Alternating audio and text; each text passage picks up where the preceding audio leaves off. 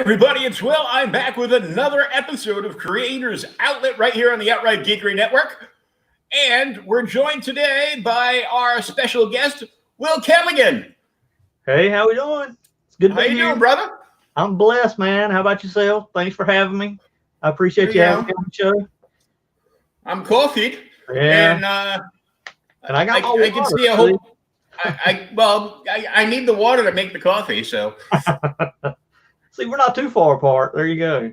I see a whole bunch of cool collectibles behind you. Yeah, we're in my studio. This is my refuge, my messy the man cave. Well, except it ain't got nothing man in it. It's all toys. I'm a boy. I'm a little boy, You know, that's what you end up doing is growing up and then getting all the toys you wanted when you were a kid. And I mean, that's or you go back and buy all the toys you had that your parents or your grandparents got rid of in a yard sale where you were gone at school or in the service or whatever. Yeah, it just never goes away. It's like, dude, I got toys sitting in my floor that I haven't even. I mean, if you could see my floor, it's crazy. And my wife, it drives her crazy because she's a neat freak and she hates going towards my office because I don't know if it's an artist thing. I don't know what it is, but like I kind of live in chaos. It looks like stuff is everywhere, but I know exactly where everything is. So if you moved it, and I tried to find it after you moved it, I wouldn't know where it's at. Like if you tried to put it in, or if you tried to organize it and actually did a good job organizing, I'd still lose it. I'd be like, well, I had it where I wanted it. So, yeah, I mean, it's a mess. I will say I do need to clean it up some, but I'm running out of room, man. It's like I get all these, I buy a bunch of Kickstarter indie books because I try to support indie guys. And I have a ton of art books and I'm just running out of place and toys, of course. And I'm running out of space, man. It's like, what do you do? Like, what do you do with the stuff? It's like, I don't know. I'm gonna have to and I hate rotating stuff in and out because, once you rotate it out, you'll be sitting there going, man, I wish I had that toy sitting over there. Why did I move that out? Why did I pack it up? Now I got to go all the way back out to the shed and get it out, bring it out here, and I don't know. Maybe that's just me being lazy too. Well, I'm like Jones, and I'm like, oh man, I wish they would quit fighting in Washington and send those stimulus checks out. Man, they ain't ever. I got a toy. I'm a huge Planet of the Apes fan. Yeah, and I had a lot of the Migos and the play sets and various other action figures from, the 70s, early 80s stuff. But I never had any of the Migo Planet of the Apes figures or play sets. And I always wanted them. But my friend down the street, his little brother had them. Wow. So I always wanted the plastic Migo Batcave. You remember it? Oh, yeah. I mean, when I was a kid, that's what I wanted. And you just never could find it where we lived. And my mom even went searching for it.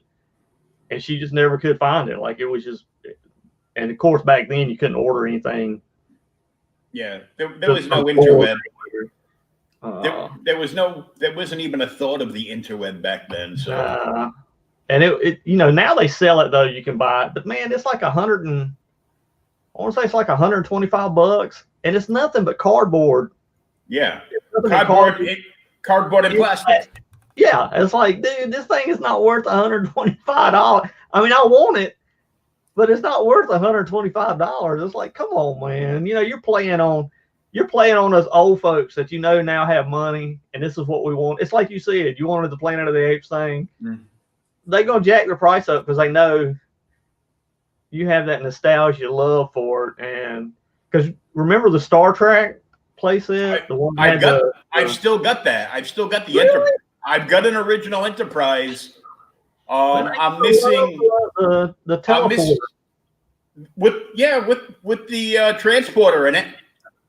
Yeah, you hit the button and it stops, and man, that was awesome. That was awesome. That was great toys back then, though, man.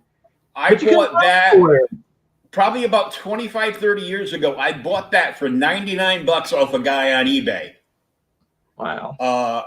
Came with, I think, five original Mego figures, and the entire bridge was complete. The chairs, the center console, Kirk's chair, but it was missing, I think, one of the little slide things that would hang up to be like the scene on the planet they were, supposed to be going around. I wonder if they had to remake that thing. Like, it's got to be.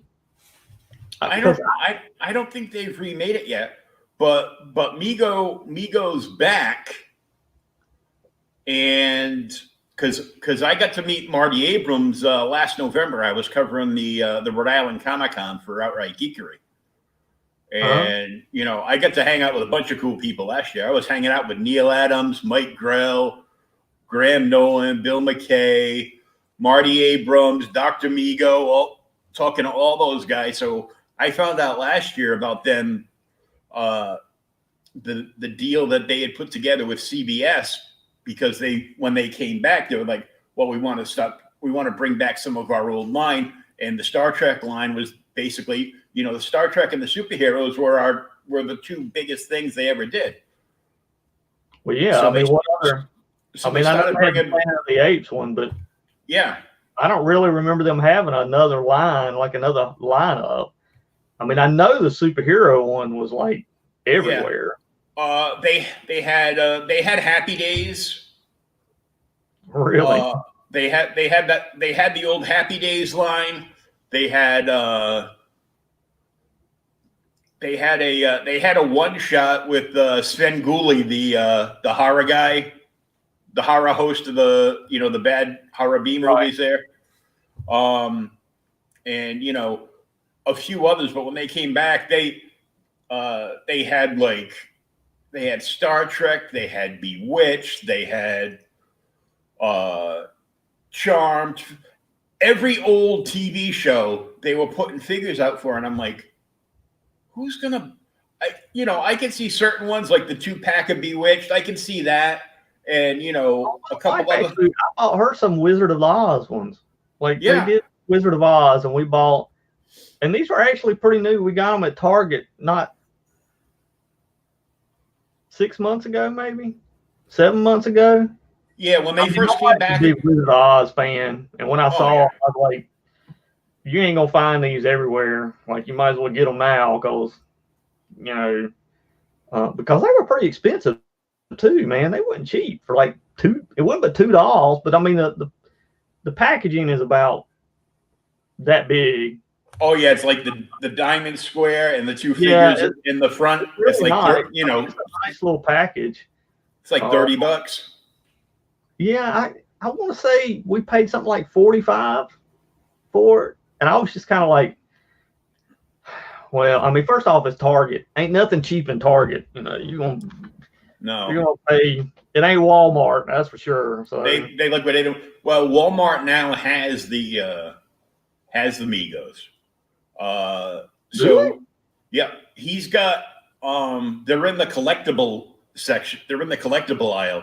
So you have to go over by where the electronics is, and usually to the they have the well, it's what they call the pop aisle, which is supposedly the collectible aisle, and there was pretty much nothing else in the collectible aisle.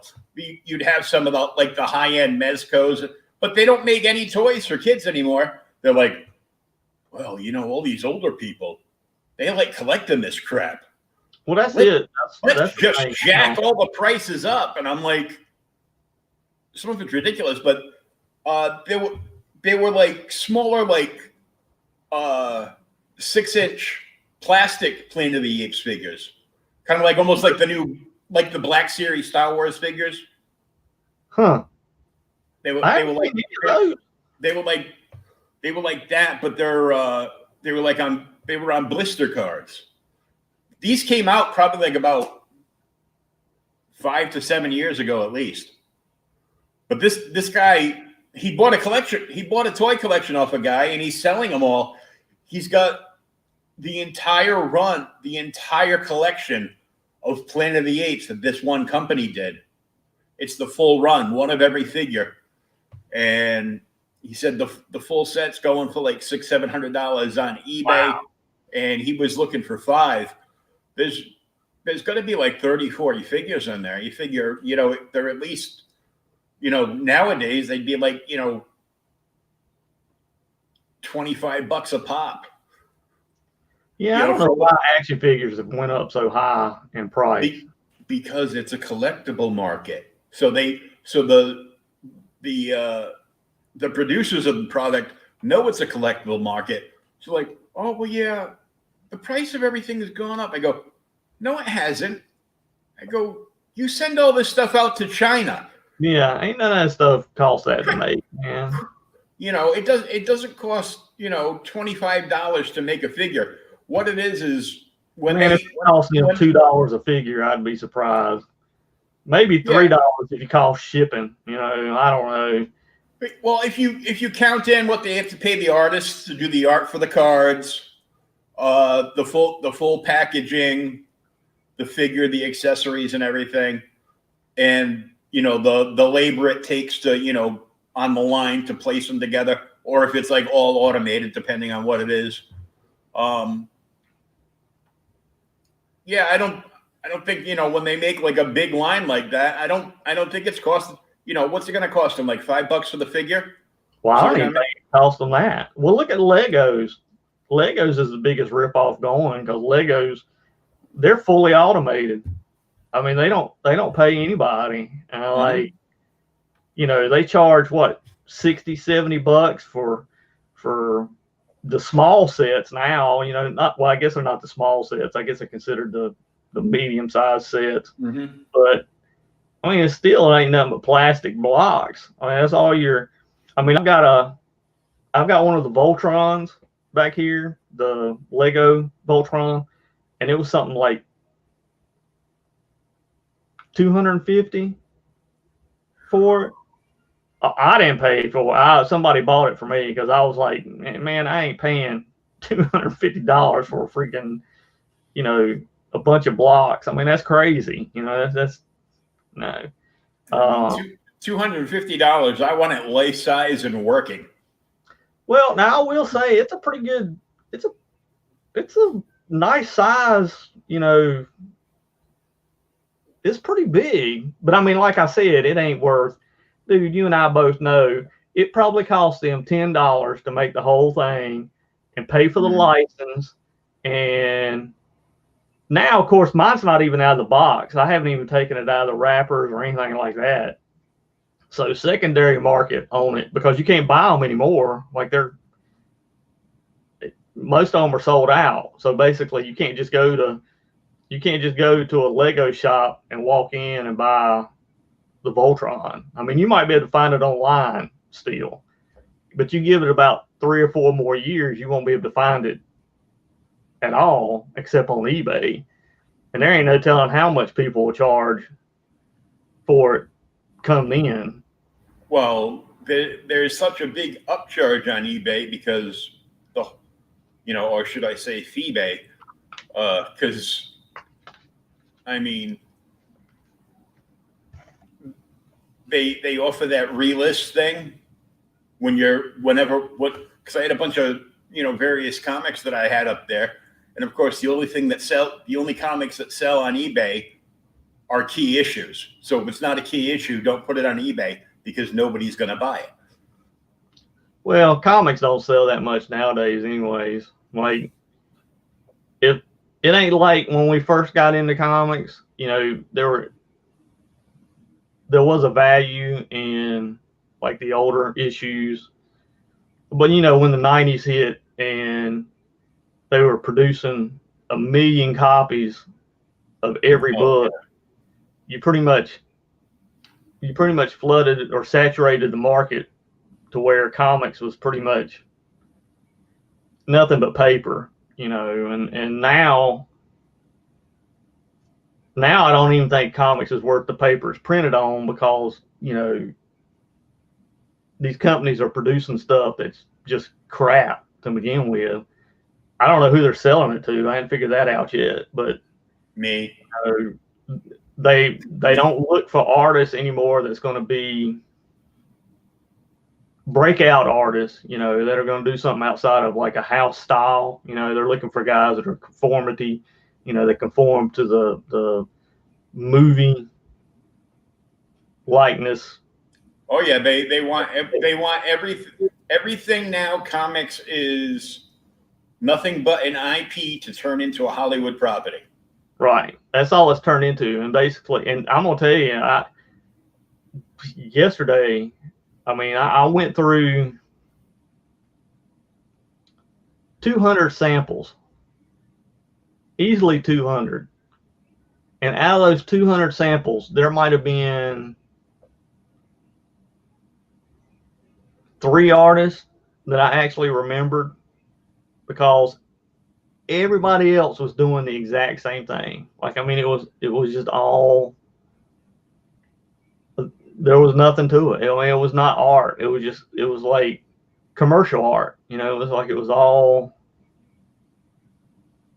there was no life to it. There was no energy. There was nothing. It was just, and that's not good for the art form. Like, I'm kind of worried about the art form, really, because, we don't have a bunch of new talent like flooding the market like it was back in the 90s.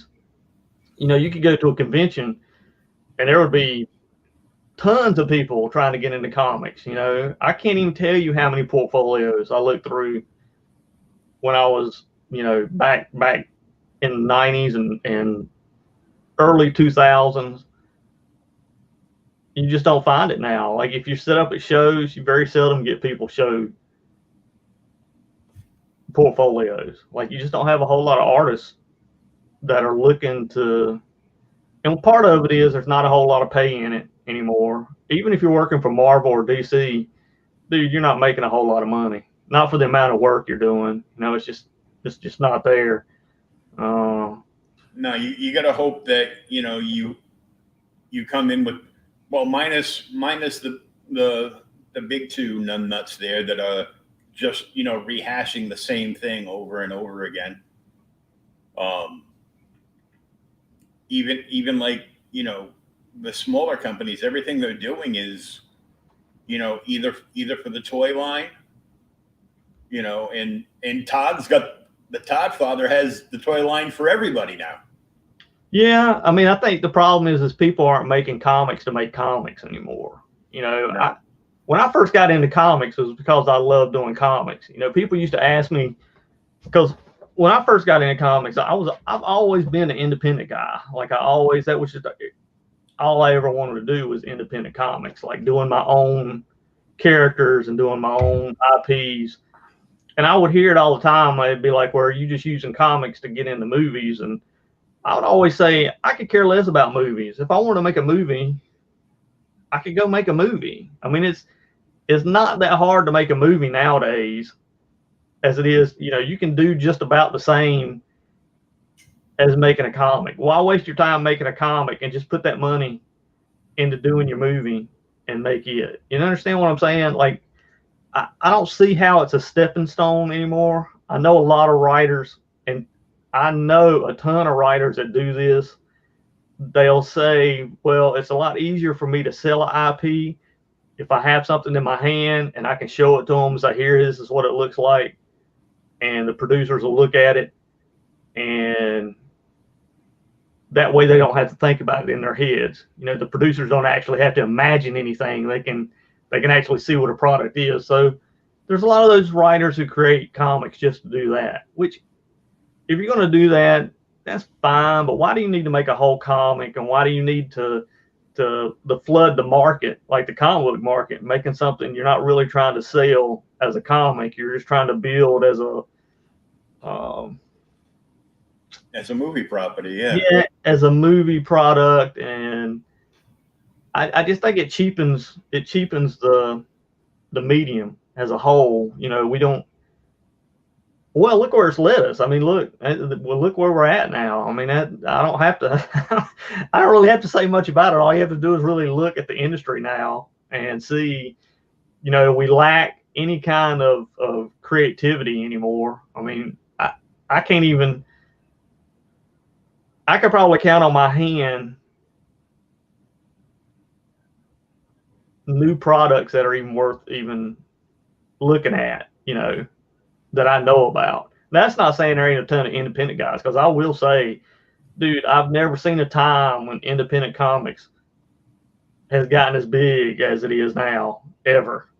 I mean, when I was first doing it, dude, there wasn't but about 10 of us. You understand what I'm saying? Like, you had the Dark One. I don't know if you ever remember him. He did a book called Animal Mystic, and this was way back in the 90s. Late 90s. He's passed away now, but he was in the late. And then you had Drew Hayes that was doing Poison Elves. You had Trent Kanuga, who was doing Creed, and you had a bunch of smaller little. Because even back then, small publishers, it was so expensive to print. You couldn't do it. You couldn't do a whole lot of independent things. Not like now. You got print on demand, and so if you have an idea, you can put it up on Kickstarter, and all you got to raise is $600 or $700, and you've paid for the print cost. So, it's nothing like it was back in the trench days when you had to really. Before the interweb. Yeah, you really had to love what you were doing and low crawl through the trenches and really love doing independent comics, because back then we got no love back then. I mean, dude, I was actually with a big studio back then, so it wasn't like I wasn't known or anything like that, but it was still the fact I was doing independent work. You'd be surprised at like how pros would treat you, even though you knew the pros. You know what I'm saying? Like, it's not like we didn't know each other.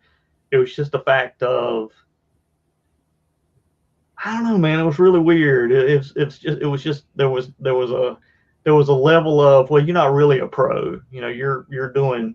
You're not work, so you're not working for Marvel or DC. Yeah. You're just one of the little people. Yeah, and trust me, I got treated that way by a lot of people. Like, a lot. It was, and I'm talking big name guys, and it was just like, I don't know. It was weird. It was a weird time. Because, like I said, the guys I hung out with were pretty big name guys in the industry. And I guess I was kind of the odd man out, and it wasn't that I couldn't work with these other guys, because they could have got me in if I'd have asked them to. Like, hey, because it's all about who you know. It ain't got nothing to do with talent. All right, if I know somebody who knows an editor, and I say, hey man, give this dude a job, he needs a break, well, the odds are that editor's going to turn right around and give that person a job. So back then it was even worse back then, because you didn't have the internet. The only thing you had was word of mouth. So if you really knew somebody, it was you pat my back, I pat your back type of thing back then. So, I could have probably gotten work back then if I'd have went to the studio guys and said, hey, I really want to at least write one story for Marvel or one story for DC or blah blah whatever. But I never had a desire. I still don't. I still have no desire to work for any of those guys. And I've done work for Marvel, and I've done work for Image, and I've done work for Upper Deck, and I've been all. The only person I haven't worked with is DC. That's the only company I haven't done anything with. And the funny thing is, I never sought work from any of them. Like, I I don't think it means anything because there's so many people. Dude, they have so many people that work for them. It's like, and you won't even remember 20 of them. I mean, really, truthfully, do you realize how many artists have been published by DC alone this year? Yeah, I mean, hundreds. Take a guess. Like, I mean, at least 200 easy, and out of those 200, how many do you remember? None. Exactly. That's my point. It's like it's a falsehood. You get this idea that if you can get published, you made it. Hey, I made it. Woo, I'm a big deal now. But that was my hardship, was when I first got published. When I was actually done. A company I thought, man, I finally made it. I was like, man, now these guys are going to stop looking at me as independent guy and blah, blah, blah. Now I got credits and blah. Man, it didn't change nothing. And that was the biggest letdown, because it really messed with me, because it was just one of those things where I was like, man, what am I doing this for? like what, there's no big payoff. It's not a pot of gold at the end of the rainbow. It's one of those things where you find the end of the rainbow, but guess what? There's another rainbow, and you got to keep chasing it, because that's all there is. Like, that's all you're doing is chasing the carrot, man. You're the donkey, and the carrot's right there, and you're just going to keep chasing it. And even if you catch it, they'll just put another carrot out there. Like, it's not. Well, I like carrots. That's okay. Yeah, if you like carrots, then that's a good deal. But it was just. I think a lot of people like I had Scott Hanner on the other month, and yes, I actually remember him.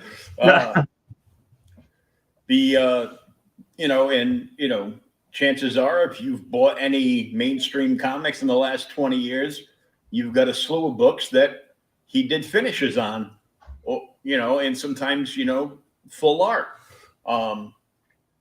But the way he talked about it, he goes, things fell into his lap. Somebody gave him a break at Marvel, and he was on Spider-Man for like the longest time.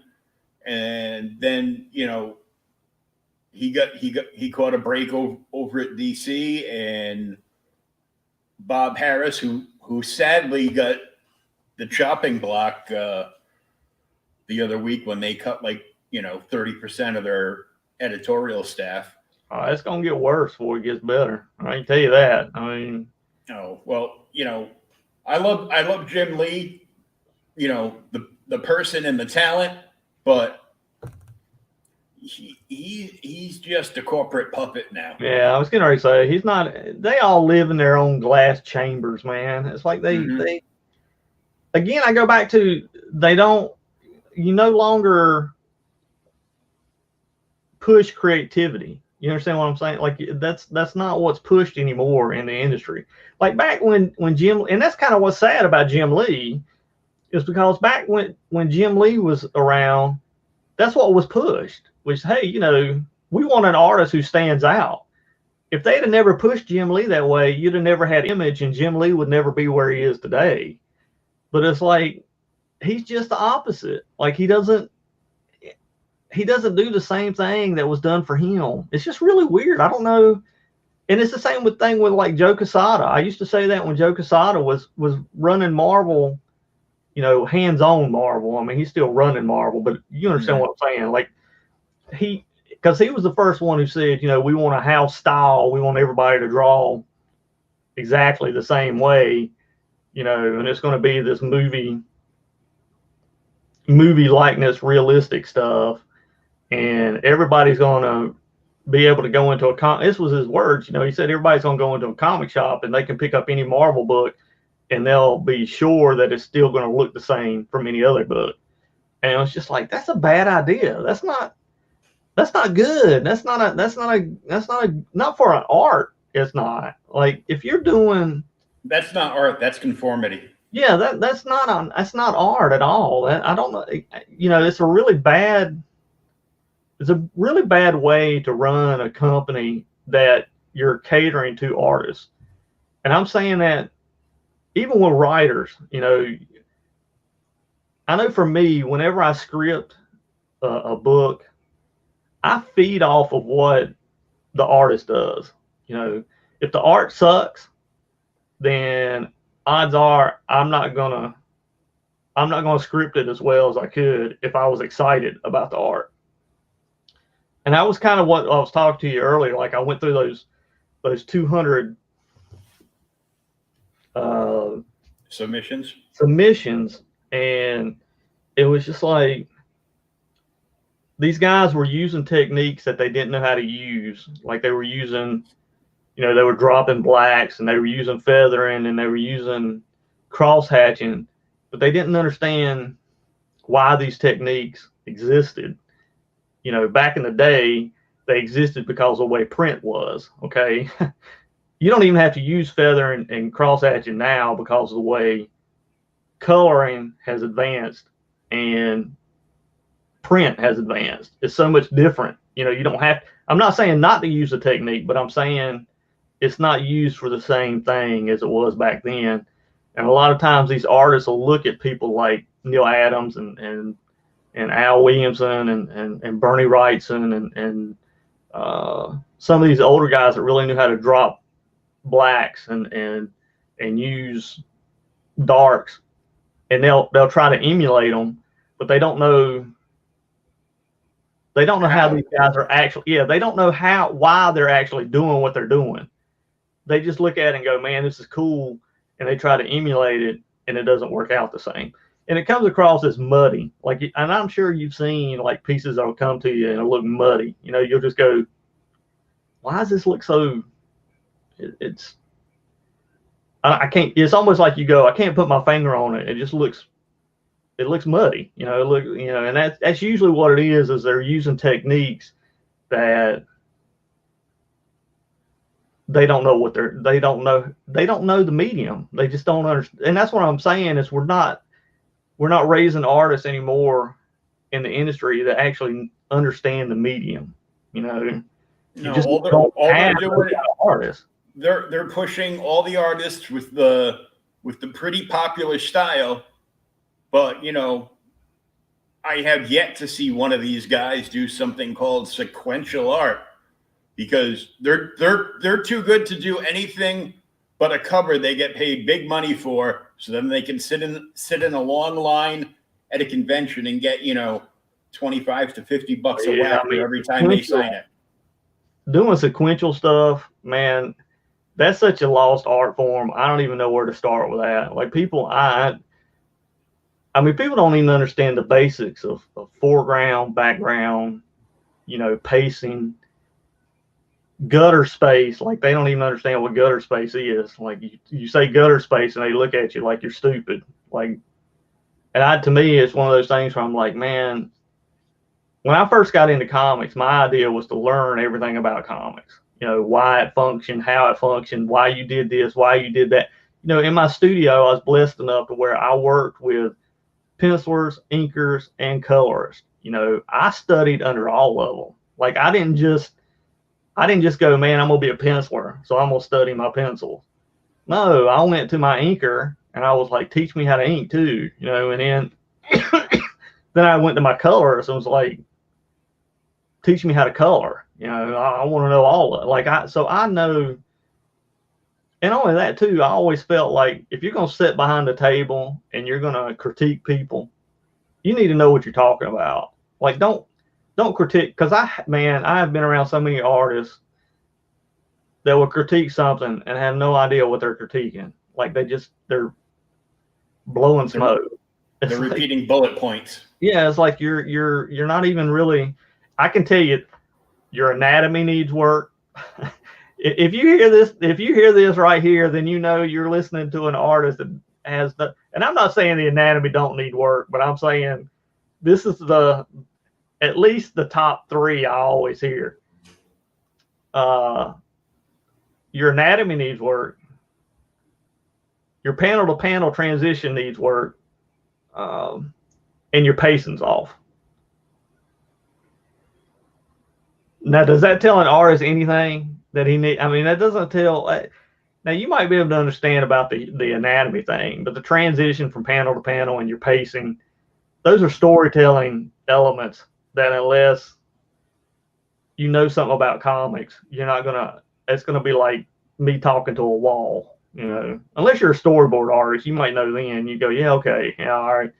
But I mean, just a normal guy who's trying to get into comics, unless he studied how to get into comics, he wouldn't have any idea what you're talking about. Like, well, what does that even mean? What does it mean to transition from one panel to the other? What does pacing mean? You know, pacing is timing. What does that mean? What does it mean to have timing in comics? Dude, you don't have any kind of pacing in comics anymore, dude. I mean, it's so choppy. I mean, it's really bad. Like,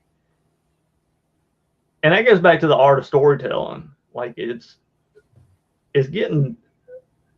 I'm worried. I'm really worried about the industry. Like, I'm really worried about what's going to happen in 10 years. Like, I don't know. Man, I don't know if we'll have artists doing comics in 10 years. I just don't see the fluctuation of people coming in. Because first off, most people can make more money doing character designs for you know, games, or you can do storyboarding for Hollywood, any kind of, you know, TV or commercials, or I mean, dude, I can make a buttload more money doing storyboards than I ever could doing comics. I mean, I literally could sit down and do storyboards for a day and make as much in a day as I do a whole month doing comic book stuff. And that ain't even counting character designs. Character designs even are, you know, I can draw one character and make $5,000, you know, and that take me not even half a day, you know, a couple hours. So why, if you're going to make $5,000 doing something that takes you 2 hours, why would you want to do something that's you're only going to make $150 on for working 8-9 hours a day on a page? And it's a hard sell to these kids, man. They don't. You know, back in the days, we loved comics. You know, that was the point we did it. You know, I can't even tell you how much free work I did back in the day. I mean, Lord knows. I hear people all the time go, you got to get paid for everything you do. You better make sure you get paid. Paid. But, dude, you know, back when I first got in, getting published meant something. You know, even though, you know, it didn't have a high value. It just showed that you could do the work, you know, and editors back then would look at things a little bit harder if you showed that you'd already done work before. You know what I'm saying? Like, oh yeah. So there was a value to doing some work for free. You know, it wasn't just, oh, you're getting screwed because you're not making any money. No. Not only that, I learned more about the process. See, it was almost like an internship, you know, like I learned about comics. And now these kids don't want to learn about comics. And dude, there are a lot of artists out there who think they're published level and they aren't. And they think they should be making like $150, $200 a page. And it's like, dude, man, I wouldn't pay you $20 a page. It's like, first off, people have to understand it's a business. You're only worth what I can make off of you. That's the bottom line. I'm not trying to be ugly to anybody. I'm not trying to, you know, you can't come at me, well, my time is worth, no, your time might be that valuable to you, but I'm talking about the consumer.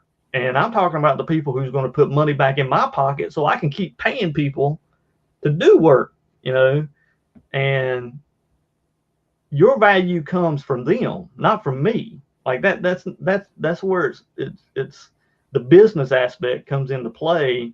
And a lot of time these guys, because they don't have a name, like you don't even know some of these guys. And I have to admit, like back in the day, I built my name up. You know, it was like Will Claigan, yeah, I've heard of that dude. Yeah, Will Claigan. I know because I went to every show. I set up with the studio. I met people. I built a fan base. I had value. There wasn't just you're getting Will Claigan. You're getting Will Claigan and the 200 people who are supporting him. Whereas nowadays, these young artists, they don't think like that. And of course, they think, well, if I got 5,000 friends on Facebook, then I'm popular. And that's the biggest lie going. I mean, it's just. Well, one of my favorite things I used to like saying to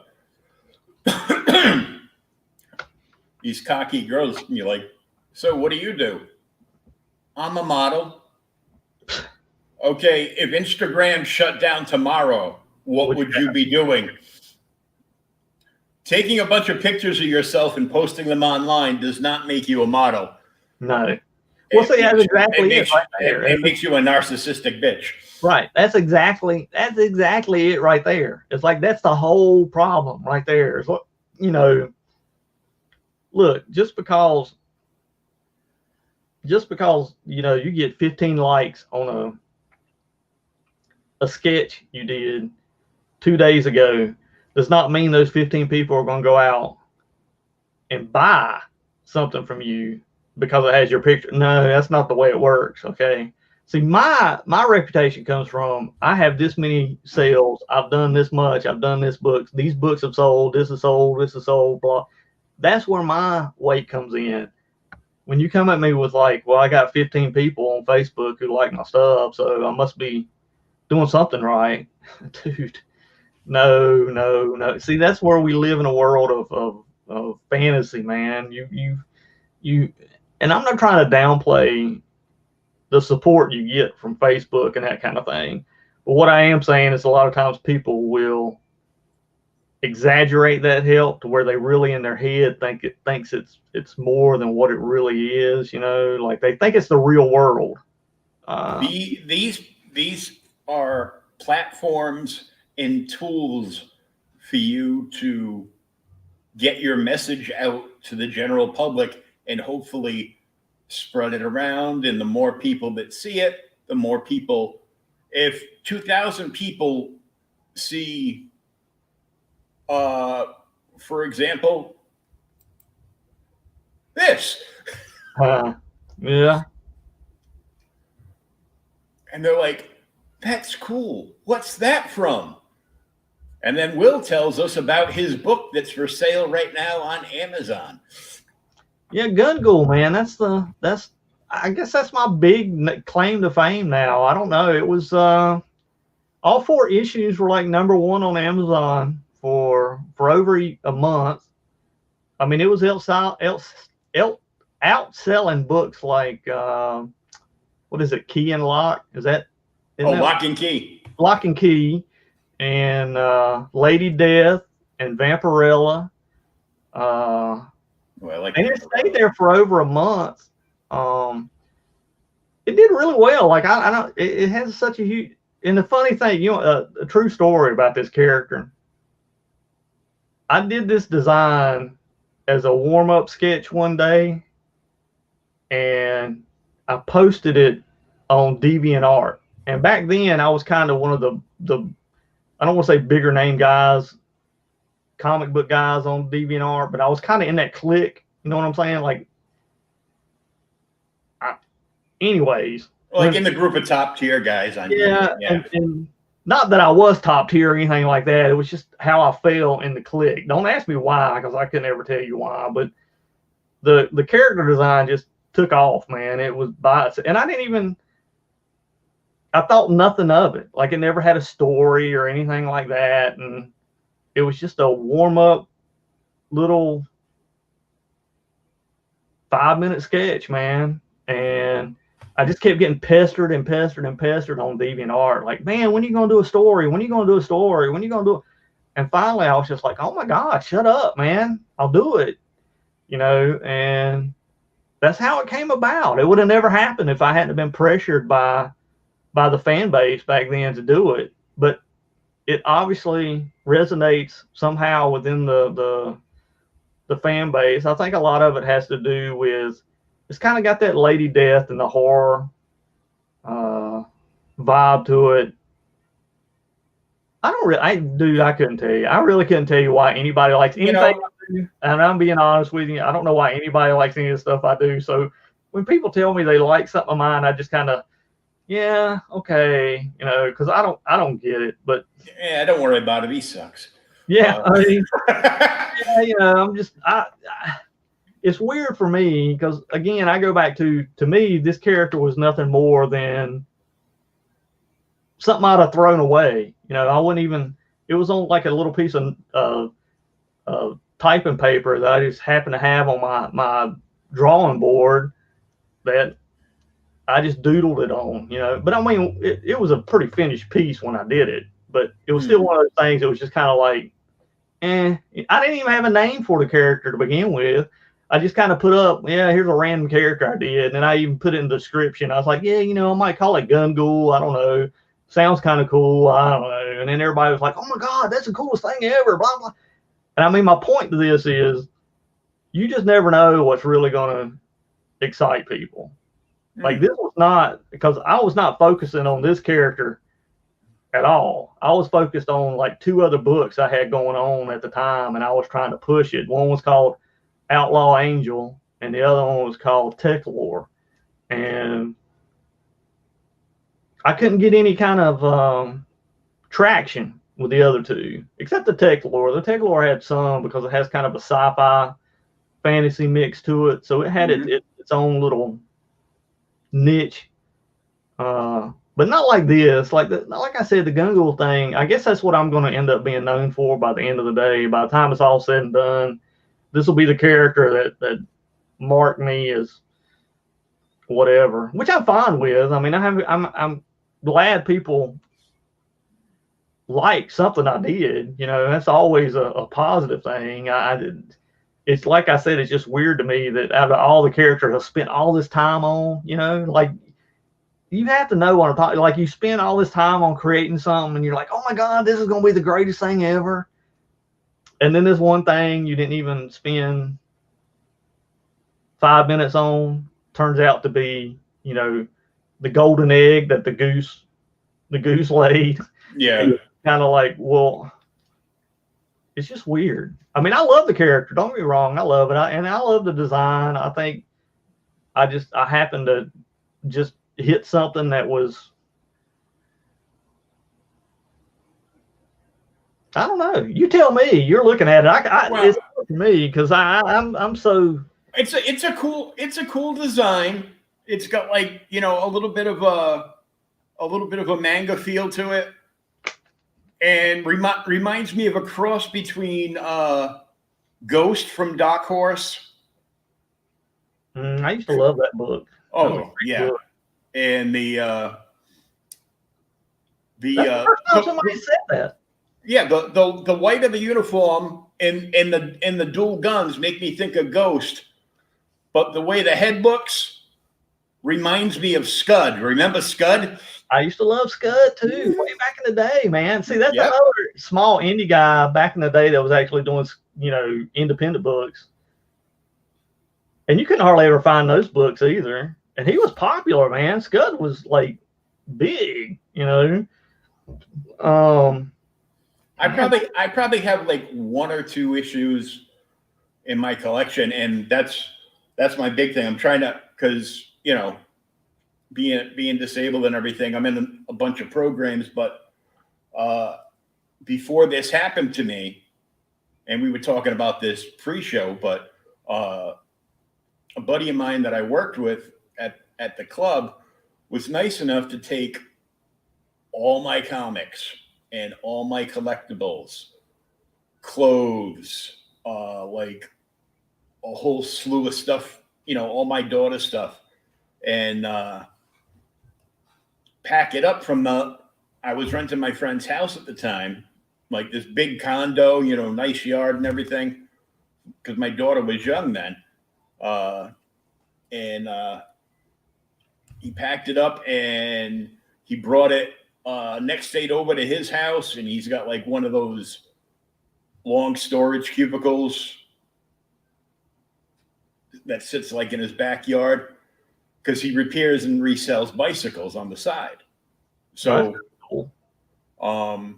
but you know, now all my stuff's in the way, so he can't get to his bicycles. It's all packed into his garage, into the rafters of his garage, you know, everywhere. So I'm like trying to get it back. And every time I've tried to make arrangements to get it back, either because I'm in Mass and he's in Rhode Island, so either Rhode Island shuts down and be like, nobody from out of state can come here.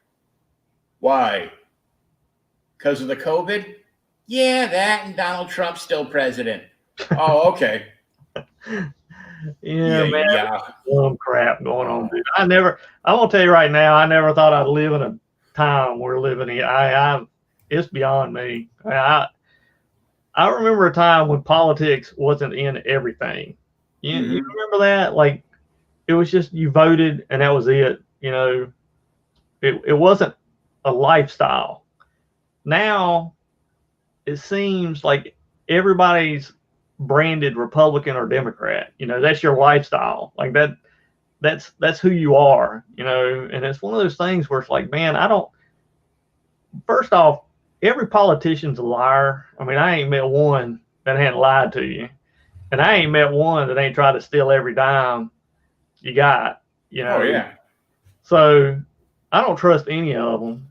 And for me, I don't like being labeled a Republican or Democrat because, like I said, I don't trust either side. Both of them are just as crooked as the other side. If you allowed them, like if you allowed them to do it, they'll do it, you know.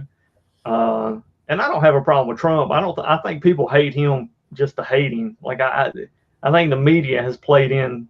Oh yeah, it's like I don't think it's bad as everybody makes him. I asked a question on my personal page the other week. If you're voting for Joe Biden, give me one reason that doesn't say Orange Man bad. Oh yeah, that doesn't exist. And it's all, you know, no. Well, I hate him. Oh, because you were programmed to hate him? Because he actually came through with promises that he promised before he got elected in? Well, yeah, and you know, I hear he's a racist all the time. Like to me, that's the big argument I get is like, well, he's just a racist. He hates people. And I don't see it. Like, I'm just kind of like, dude, he's gotten more black people out of prison than any other freaking president. He's done more for black colleges than any other freaking president. If he was racist, why would he do these things? Like, well, I don't understand. Yeah. I don't understand the logic behind some of the stuff that's like. I saw a news piece years and years ago when Rosa Parks was still living, and it was some award ceremony, and he was standing right by Rosa Parks. Well, he won the award. He won the Rosa Parks Award. Yeah, and she was right there presenting it to him. So it's like I don't. To me, I don't understand that kind of. Yeah, to me, it's just again.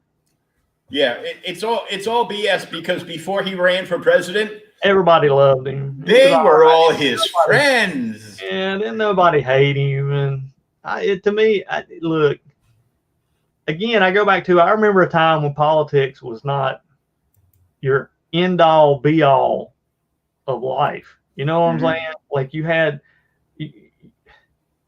I didn't have to tell everybody who I voted for, you know, like that was not even part of the conversation. You know what I'm saying? Like, I don't remember before Facebook where we all just sit around going, well, I'm going to divide myself up into Republican and Democrat. Like when you went to your job, you didn't go, all right, I'm only going to hang out with my Republican friends over here. You Democrat friends, you need to go over there. You're not really my friends.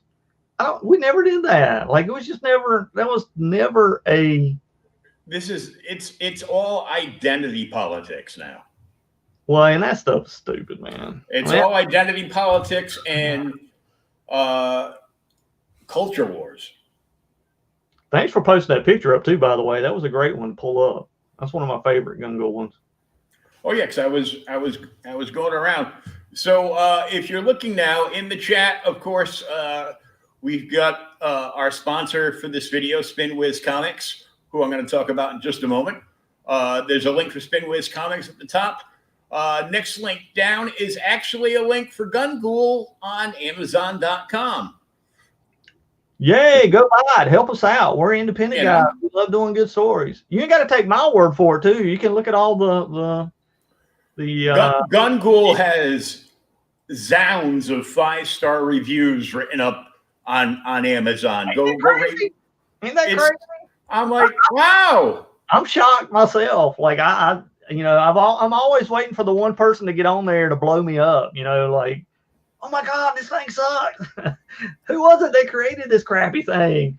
But I it's crazy. It's like I'm very blessed that it was accepted the way it was. And if you've never heard of Gun Ghoul, get over to Amazon and buy and read the best comic you never heard of. Man, yeah, if you ain't heard of it, then I ain't doing my job right. Like I failed somewhere. Like, man, I'm gonna have to get out more or something, because it used to be everywhere, literally. Back in the day, when DeviantArt was pretty big, it was a whole lot easier for artists to get like your products out to people, because you could get other artists, to draw your character, and then it would pop up on their friends list as well as your friends list, and it just got cross-pollination. Yeah, you got that cross-pollination thing, and it was a lot better on DeviantArt than it is Facebook for whatever reason. I don't know why, but you could get things to really blow up on DeviantArt. It wouldn't take much of nothing, 4 or 5 artists, and you're all over the place. I wished it was still that way over there, but DeviantArt's kind of died. But man, that was the greatest. That was where you could really, marketing wise, that was a great marketing tool back then. That's probably where I made the majority of my money when I was first getting into doing art. And man, I can't tell you how many independent comic covers I did, and pinups, and man, good, great. But again, that went all back to DeviantArt. Back then, there was such a huge comic book base back then. Like now, I think it's turned more into,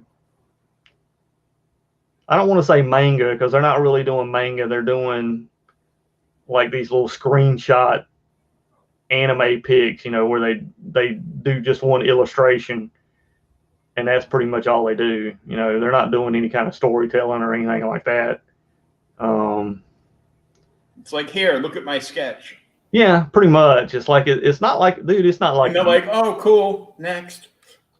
Yeah, it's not like it used to be. There was so much energy. Again, it goes back to what I kind of said in the very beginning. Back in the day, the artists had so much energy, and there was just so much, fluctuation between artists. Like, you might like my style, but my style was so much different from so-and-so style. It was just night and day, and you just don't see that anymore. Like, you don't see that kind of, even on Facebook, you don't see that kind of stuff. Like, I really, dude, I bet I could count on my hand how many people draw kind of in the same style I do. I mean, it ain't, and that's mainly because, I do more animated, cartoony type stuff. But the industry has went so heavily on the realistic style and realistic, which I don't really understand why they went that way. It is what it is. To me, you're working in a medium where you can do anything. Okay, you're only hampered by your imagination. Why do you want to draw things to look exactly like real life? Why? Like, what? Do you understand what I'm saying? Like, yeah, it's cool. It's cool for a little while, but it's only cool to the point where, like, I've read some books where I really hated the art, but by the end, it grew a little bit on me because you can feel that niche in there where the art actually fits the words around it. Well, now, yeah, I mean that's a tough thing, man. Is actually find. But see, that goes back to writers working with artists and understanding the medium. And I go back with writers too. Have you seen that one thing that's going around that Bendis wrote? I think it was for Legion of Superheroes or something like that. It was a splash page and it had a head of Brainiac. But dude, it had this much word balloons in it. Like the word balloons took up more space than the actual art. It's like, don't even get me started on Bendis. I was like, but see, this is a fail, okay? If you're a writer, it's an epic fail. If you're a writer and you're writing for comics, you need to understand the art is there to tell a story, okay? That's part of your mechanism, okay? That it's not just words as a writer. Like, that's not just your mechanism is writing the script, okay? That it's telling the whole story, like telling the artist,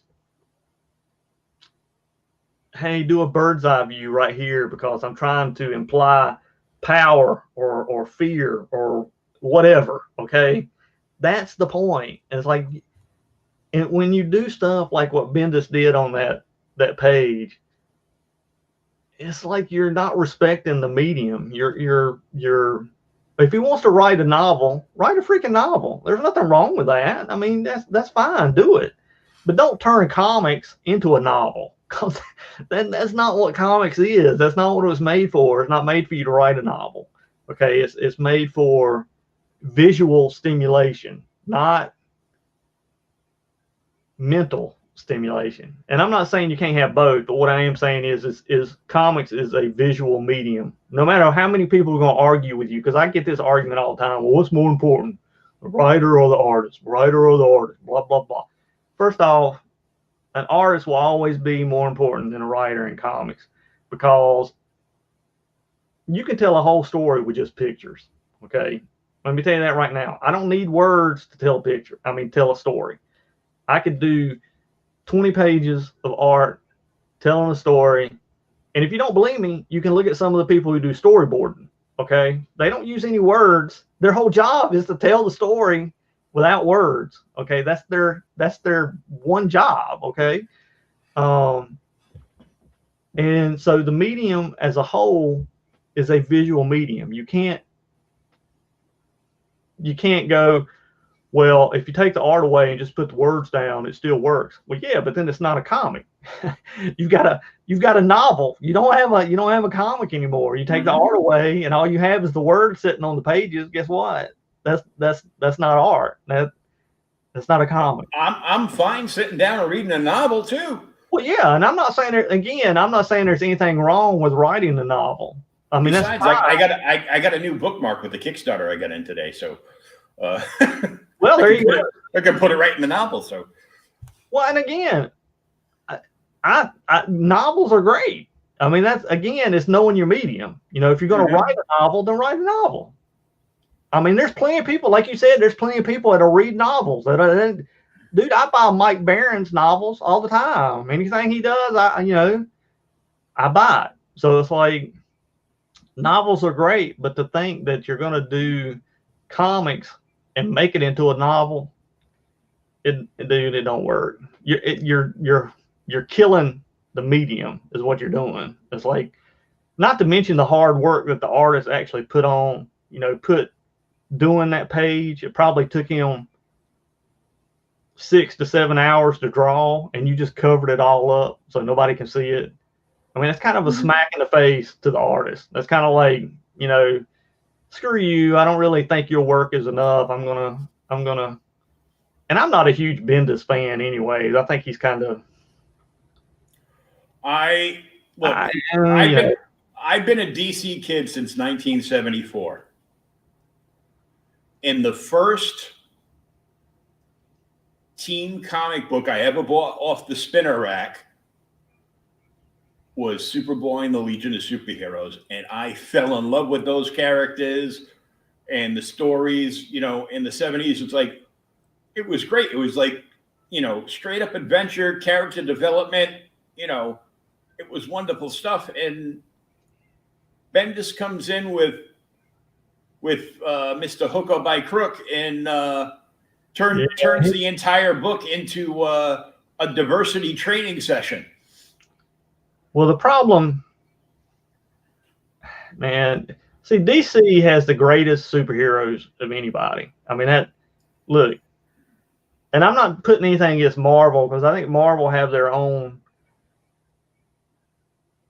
they are more social commentary than DC. DC is more like fantasy superhero stuff.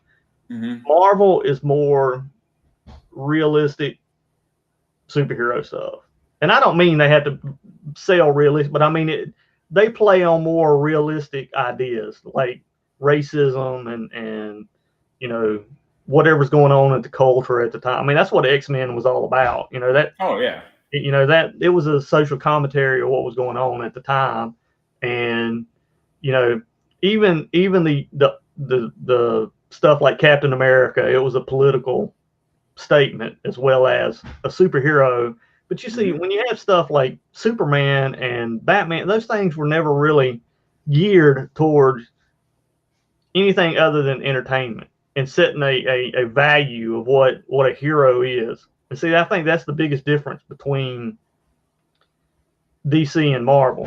And a lot of times when people compare the two, I'm kind of like, you're kind of comparing apples and oranges. You know, it's like yeah, they do superhero books, but they're not the same. Like it's not even close. You know, it's not like here's a fine example. And a lot of times people get them messed up, but this is my opinion on things. Batman is a vigilante, obviously. That's what he is. But he dresses up as a bat. He uses super gadgets and that kind of thing. Whereas Marvel does a vigilante, and what does he do?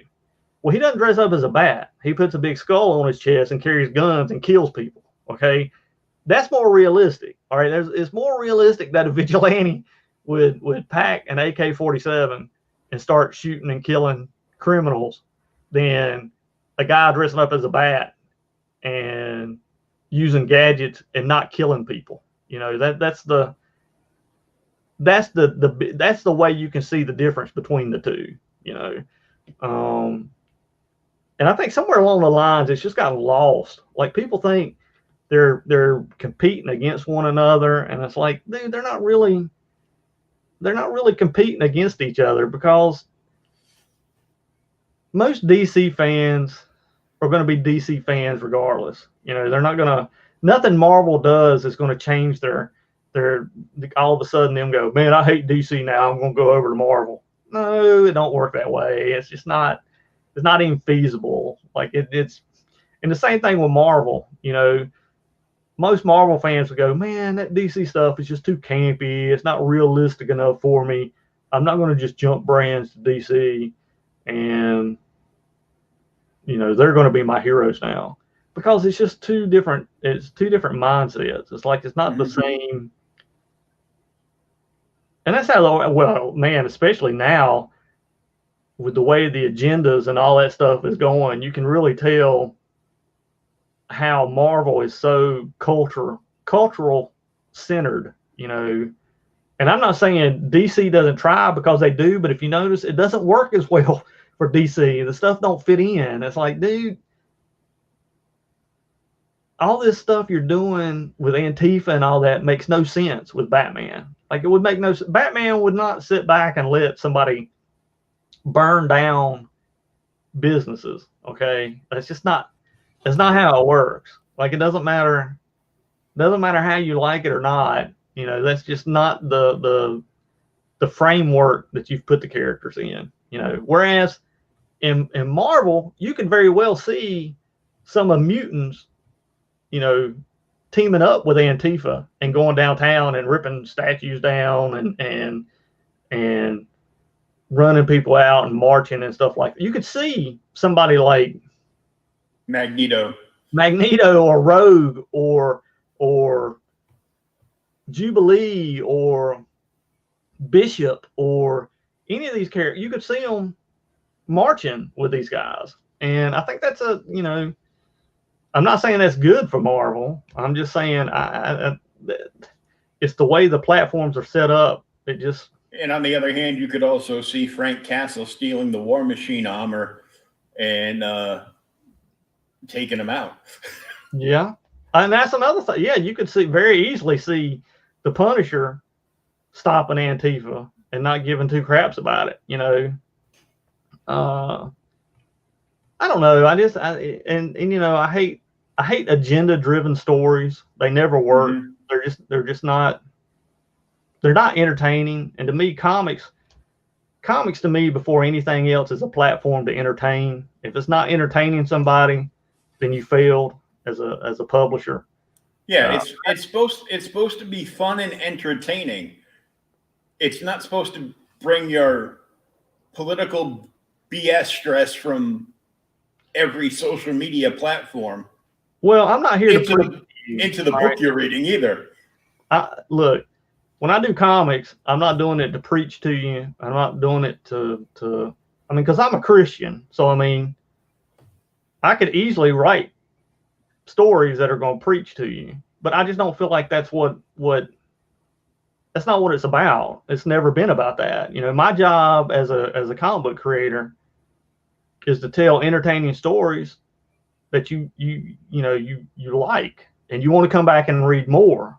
Not me trying to fill your head with, well, you got to believe this way, or you're not thinking like your best superhero would. That's just stupid. First off, these characters are not even real, and you're messing with people's mythoses. These are the things that we grew up on and we had, nostalgic connections with, that for whatever reason probably got us through some hard times. I know it did for me as a kid. I know comics got me through some tough times, and I just don't think it's a good thing to take these characters and turn them into something that takes away from the youth being able to have those kind of heroes. Like, I want my son to have somebody like Superman who stands up for truth and justice in the American way, and not someone who's telling them cops are bad and beating up cops. Like, that's not what Superman is, and he's never been that way. And I think in general, people have forgotten why people need heroes. Like, comics is not the first time people had heroes. You can go back to Greece and Rome, and we've always had these super, heroes like Hercules and Attila, and it's always someone, and they were there to give us something to strive for, to be that standard of human being, something that we knew we never could truly reach, but it was still a plateau that it was embedded in us that this is a good thing. It's not a bad thing. It's a good mentality for us to have these kind of morals and heroes. If we don't have heroes, then look, all you gotta do is go downtown to just about anywhere now and look and see what's going on. These are kids that are growing up without heroes. They're told to hate everybody. Their heroes are like Margaret Thatcher. Not Margaret Thatcher. What's her name from Planned Parenthood? The one that created it. But these are heroes to them, and it's like they're humans, okay, and they make mistakes, and this is not people to base your moral philosophies on, because they're flawed. And that was the thing with heroes, where they were never flawed. They might have their issue. Now, I'm not saying they can't have problems or can't have a flaw, but what I'm saying is they use those flaws to overcome, not to be looked at as a victim. And now everybody is taught you're a victim. Oh yeah. Everything and everybody and everything is a victim. It doesn't matter. It just doesn't matter. Any way you look at it, nobody has it good anymore in the world. I mean, it's the craziest thing to me. We live in a country, and a lot of this has to do because people have never been outside of the U.S. And I personally believe some of these kids need to be shipped to the Middle East for about 2 months and let them see what it's like to live in the Middle East for about 2 months. It's like, go to one of these socialist countries that you're trying to turn my country into. Right. It's like, and then come back and tell me how bad you got it here. Because I'm going to tell you right now, I mean, I lived in Saudi Arabia for 9 months. And I'm going to tell you, Americans have no clue as to how good they got it. Like, you're just being stupid, and you talk about racism and that kind of thing. It's like, most races in these Middle Eastern countries, if you ain't Saudi Arabian, you're going to be disliked. Okay, I don't give a crap if your skin color is black, white, pink, yellow, whatever. If you ain't, they ain't gonna like you. And it's not just Saudi Arabia. Like, if you go to Korea, I lived in South Korea for over a year and a half, and the Asian culture in general really has a dislike of other races. They're pretty, if you're going to marry, you marry within your if you're a Korean, you're going to marry a Korean. All right. You better not come home with an American husband, because that ain't going to work out, which I don't have a problem with. It's like, that's fine. That's their culture. That's the way they do it. And that's what I'm saying, is people get so touchy nowadays about race and all this. Like, live some, go somewhere and live, see how things are done and how people actually live. They're offended by everything. Yeah, it's like, you'll learn that people are not doing things to offend you as much as you think they are. Like, they're just doing it because they live, and that's how they live. It's like, it's not a slap in your face. It's not a, I hate these people, I hate that people, no, it's a, look, we've lived this way for 2,000 years. We're going to continue living this way for 2,000 more, whether you like it or not, or whether or not you think it's right or not. See, that's the other thing is too, is like, it's like, who are you to tell these people they're wrong and doing what they're doing? It's like, I don't know. It's just, and I know in America we live in this melting pot, and that's part of the problem, is we don't really have an identity. We don't have like, our country's not white, our country's not black, our country's not Latino, our country's not, we're a melting pot of all things. So we just assume everybody's a melting pot, and that is the farthest thing from the truth that there is. I mean, I'm even talking Irishmen. Let me tell you, you can go to Ireland, and if you think it's a melting pot there, you're on crack, because I don't know what else to tell you. You're going to run into some walls thinking that way, because it's not. And then again, I don't have a problem with that. I don't know why everybody has such issues with these things. It's like, man, you just got to learn what's out there. It's not all the way America is set up. It's just not. It's not that way. I mean, even in Africa, whites are not liked in Africa. I mean, that's just the way it is. It's like, that's the cultural thing. You're the outcast. You're not the incast. You're not the majority. And I'm not saying people should be hated, but I'm just saying, look, you know, I think we've gotten to a point in our society where we have jumped the shark with the racism and the everybody hates me and I'm a victim. And until we get that stuff straightened out, nothing's going to change. You know, you're going to end up having more. You're going to have more problems than you're going to have it fixed. And I don't think it's ever going to be fixed because the media is not going to allow it to be fixed. I mean, for them, this is how they make money, keeping us at each other's throats. You know, I hate you, you hate me.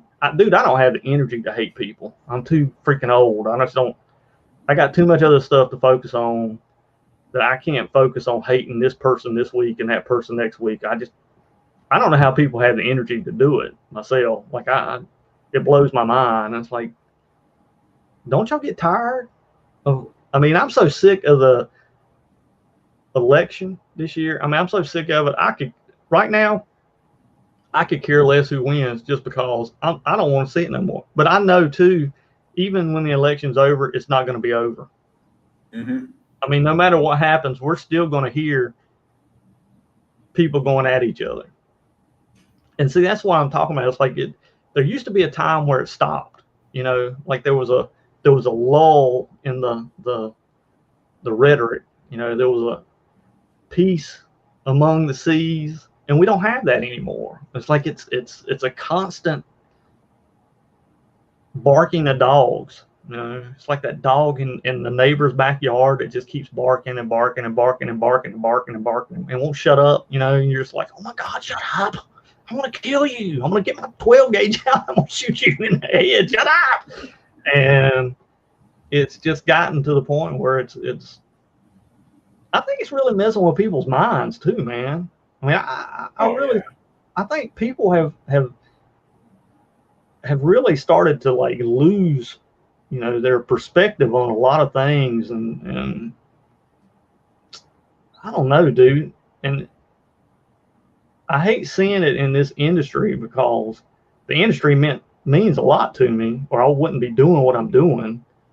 Because I'm not doing it for the money. I can tell you that. Right now, you know, I'll probably sink more money into it than I ever got out of it, which is fine because, again, it goes back to the industry did so much for me growing up, and it's done so much for me too as an adult. You know, it's formed who I am and a lot of my thoughts and a lot of my dreams and you know, desires. And it's just one of those things where I think that the industry is just, man, it's losing its power. You know what I'm saying? Like it's, and I think a lot of it has to do with, I think what we were talking about before, you know, with the agenda and people pushing things that really, I don't know why you know, the whole LGBT agenda that's being pushed. And that's a hard agenda, man. I'm gonna tell you, I've never seen a group of people who push harder than the LGBT ever. And anything I've ever dealt with, they are by far to be a 3% of the whole population of the world. I mean, they have more power and more push than any group. And I'm saying even as from a Christian, you know, I used to think Christians, you know, used to have the power to shut people down. You remember back in the day, back in the 80s, you had people like Jerry Falwell and all those guys that could, you know, we're going to ban this rap song because it's blah, blah, blah, blah, blah, blah. And, you know, they could shut things down. Christians don't have that power now. Now it's on the other foot. You know, now the LGBT has that cancel culture where they can go, you know, this person hates homosexuals or homophobe or whatever, and that's pretty much it for you. You know, that's your business is done. And it's crazy to me how much power we give people. You know what I'm saying? Like how much influence and power we give others over us. It's strange to me. It's like, I don't know. I mean, as a creator, we shouldn't be that way. And I think that's what's going on with DC and Marvel. they're hiring these people who really don't love comics. They don't love the medium. What they want to do is tell these stories that have these agenda-driven, causes, that really aren't good stories. They're not good like stories. That cover that they released for Wonder Woman 84, where she was a heavy-set Latino, small-chested, and looks like she's got the Amtrak caboose on the backside, and it's like, well, this is a brave cover. This is a realistic Wonder Woman. I go, yeah, that was horrible. That was horrible. I don't know what they were. I don't know what they were thinking. Up on an island of Amazons, and all they do is train for war. Well, yeah, I don't. How did she get to be 250 pounds? Well, see, all that stuff was a double standard, anyways, because they never talk about how fit Superman is, or how fit Batman is, or how it's always how fit the women look. Mm-hmm. I mean, let's be realistic. I'm never going to look like Superman. Neither are you. I mean, I hate to tell you, but we're not gonna look like Superman. We're not gonna have Batman's body. We're not gonna, which I'm fine with. I never really looked at comics and went, oh my God, I feel like less of a man because I don't look like Batman. Like at no point in time in my life have I ever done that. Yet these women have that mentality of, well, look, I'm never going to look like Wonder Woman, so you need to quit drawing her that way. Wait a minute. That ain't got nothing to do with the way I draw her. It goes back to, remember I was saying, the higher standards, that's what the heroes are for. These are standards we might not all be able to achieve, but it's still something we should, strive for. And that's probably one of the bigger problems we have in our society is we no longer want to strive for anything that takes work, first off. Well, if it takes work, well, if I can't get the satisfaction of it in what I call the microwavable society time, which is 5 minutes, then I'm not going to do it. I'm not going to. And instead of showing, throwing it in my face that if I did do the hard work, I could be this way. Well, instead, I'm going to complain about it and make you change the standard so the standard is closer. Nothing like lowering the bar, huh? Yeah, basically that's all you're doing is lowering the bar, and the problem is too, you're pushing things that are unhealthy. It's not healthy to be obese. I mean, it's just not. That's not a healthy way of living. I know. I'm on a diet. I'm losing weight. And I mean, I know as we get older, that's a totally different situation. I mean, look, man, I don't have my 20-year-old body. It ain't never going to happen again in my lifetime. I mean, even if I sat down and tried, it ain't happening. And I wish. Yeah. So look, and that's what I'm saying too, is part of it has to be, you have to understand who you are and what you are. You can't look at things and just automatically go, well, I can't achieve all that, so I'm not doing any of it. Well, obviously that's not what it's meant there to be. It's meant there so you can set a goal and get as close to that goal as you can. That's the point. It's like you strive for what you can do. Like if you can't lose weight, because there are people who can't, there's legitimate reasons for it. But you still strive. You don't become complacent in who you are or what you're doing. And I think that's part of, our standards of living have just went to the toilet. I mean, we just. Well, 2 years ago, I was just about 600 pounds, and now I'm 385. So, see, I mean, that's a good thing. You should be praised. I lost two whole people under 5 feet tall.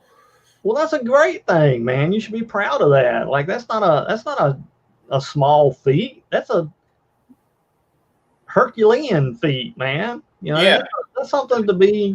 And the problem is I'm still fat. Man. No, when you were 600 pounds, you were fat. Now you're working. See, and that's the thing, and that's what I mean right there. It's two totally different.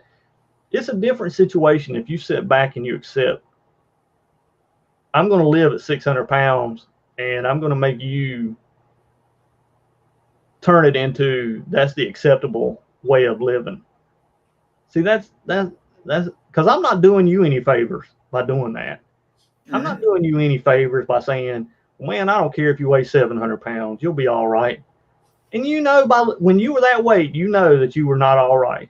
I'm not telling you anything you didn't already know. I'm not telling you. See, people want to do this whole, they baby people, man. It's like, dude, you're a grown man. And if I really love you, guess what? I'm going to tell you the truth. I'm not going to lie to you. I'm not going to butter you up and give you this mentality of, I'm not going to enable you. See, that's the thing. It's like, I want you to be better, man. I want you to be as healthy as you can be. You know why? Because I want you to live the best life you can live. That's what I want for you. I don't want bad things for you. I want great things for you. I want you to be able to go out there and do whatever it is you want to do, whatever that may be. Now, I mean, I got comic books to read and stuff, Yeah, I mean, dude, you got to be around forever because it's going to take that long for me to get the next Gungo book out. Yeah. It only took me like 3 years to get the first one out. So, hey, what can I say, man? Well, it's a process. Yeah, it's a, but I did learn from the first process. So it makes things a lot faster. Might only be a year and a half this time. Yeah. I mean, actually, I'm already 3 issues in. We only have an issue and a half left to finish. And the second series will be done. And then I have another one shot with the character coming out probably in the next 2 or 3 months. And all this stuff you can find out about by liking the next link down there. See, that was a good intro. It's on Facebook. That was a great intro. See, there you go. Oh, good. Yeah, 35 years of DJ didn't go to hell. We post all our stuff on Facebook. I used to have a website, but nobody ever went to it. All they did was to go to our Facebook page. So it ended up being, it's like, I don't know why we have 2 different things. Why I'm actually paying for a website when Facebook's is going to give it to me for free, and they go there more than they would, because we used to have web comics we did every week, which nobody ever came and read. It was crazy. It was like we were doing all these kind of things where we were doing each week, each artist in the studio would do a different drawing. Like we would have, like 1 week we were doing the Lone Ranger, and then the next week we were doing Superman, or next week so all of us would do our rendition of those characters. And we never could get anybody to really, like, I had plenty of traffic on my Facebook page, like my personal Facebook page, but I just could never drive people to that website. It was like people they never wanted to click the link. It was crazy. It's like, I don't know why people hate links. What is it with that? Like, it's just funny. It's like, well, I was talking about something like this to Rylan Grant today, because he's got a podcast, and I'm sorry, Rylan, I forget the name of it, but I follow it, so when a new episode comes up, I know it's there to watch. But he does this thing. You know how at the end of the convention, all you creators would like get together at like the bar or restaurant and talk about everything that happened? Well, basically his podcast is that, because there's no conventions. So it's just like all these various creators, and his drink and blab. That's what I used to call them. Yeah, pretty much. Yeah. And he just had a new episode come up. It was like him, David Pepos, Claigan, one of the head editors from, I think, IDW, Stan Sakai. Wow. And a couple of other people that I know too. And I'm like, I was joking around and I go, wow, did you break the internet with this one? And we went back and forth for a little bit, and it basically comes out to nobody in the last two generations has an attention span. Nah. More than 2 seconds, like they'll read a headline, they won't read anything in the article. No, see, we've been on here for almost 2 hours. Ain't nobody gonna watch no 2 hours of two old men just running their mouths back and forth. we've had people coming in and out. Oh, me, especially me. I blab on, man. I can get off track quick. Oh, I'm the exact same way. But now you had a post up because you're looking for people to do stuff. Well, that actually was a buddy of mine, Kevin. He works for a multimedia company, and they're doing some multi-marketing products. But these products are things like comics and video game stuff and video editing, and it's actually just about every medium you can think of in media, and he's pretty high up in there. I wish I knew the company name, and it's dude, my memory's horrible. But it's a well-known company, and they do a lot of IP resourcing, which basically means they search. They're the middleman to get it to that high-end platform. Right. They basically take IPs and they make them to a level where it's marketable and they can sell it to somebody and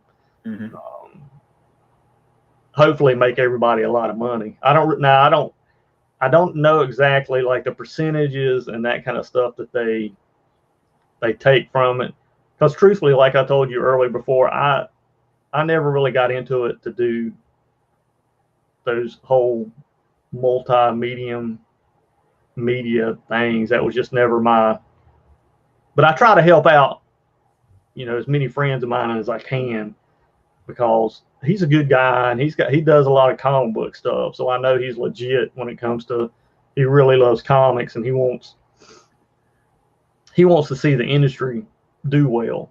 Yeah, he wants to see, comics and gaming and stuff thrive. Yeah. So I try to help him out as much as I can, and like these are legit positions. So if anybody comes to my Facebook page, they should be able to see. I guess tomorrow I can put it up on my Alpha Dog page. So if anybody comes to the Alpha Dog site, they can see it there too. That way, because I know I set my site to private or friends only or whatever. And I know some people get irritated with that. They're like, man, why don't you make it public, blah, blah. But with the way the world is right now. Because it's my private page. You want public stuff?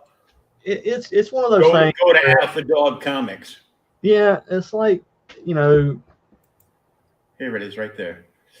I don't want to make it sound like I'm some kind of,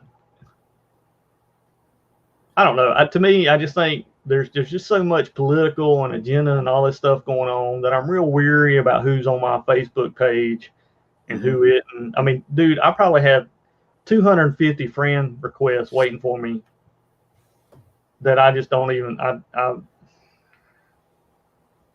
haven't gone through, because I mean, I'm at like 1,500. When I started this new Facebook page up, I swore I was only going to have like 100 people on there. I was like, I'm only going to have 100 friends. That's it.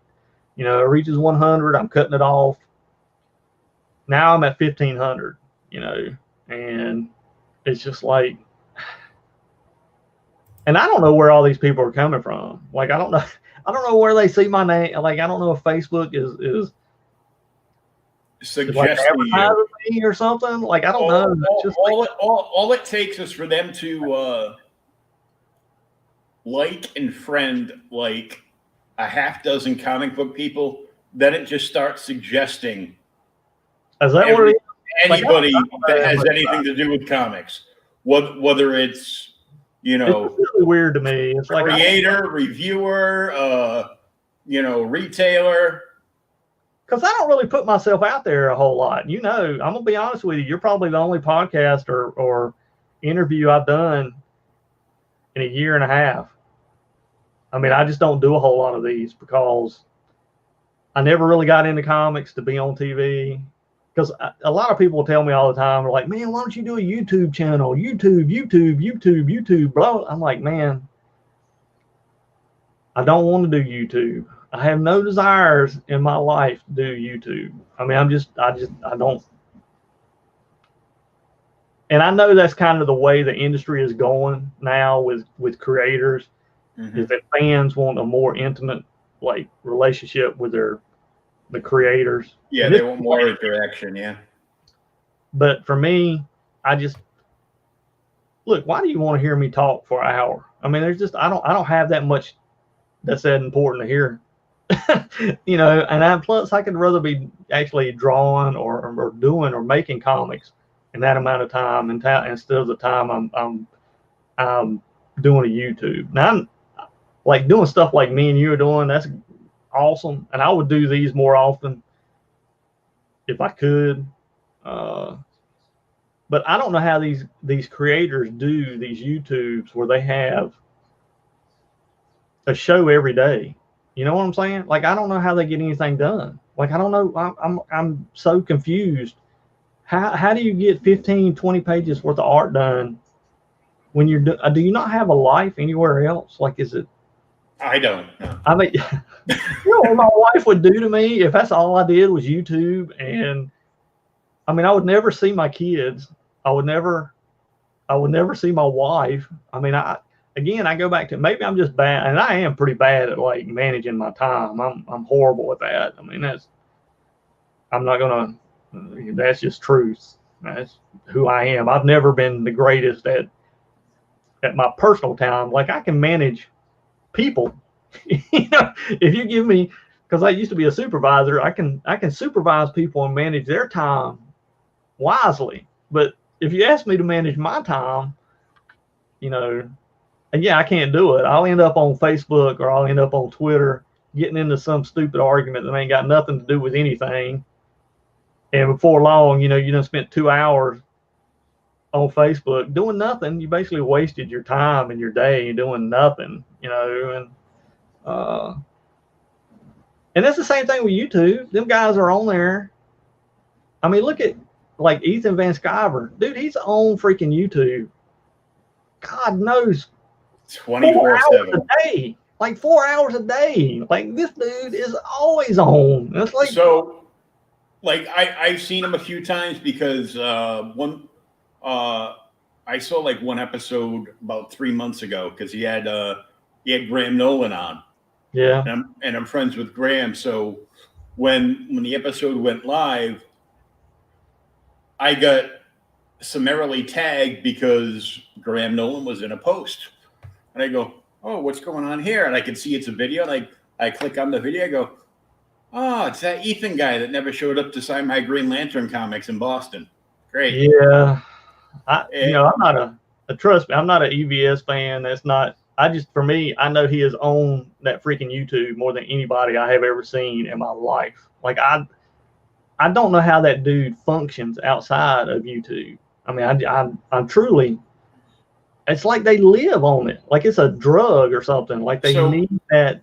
So what he did is, I mean, he has taken the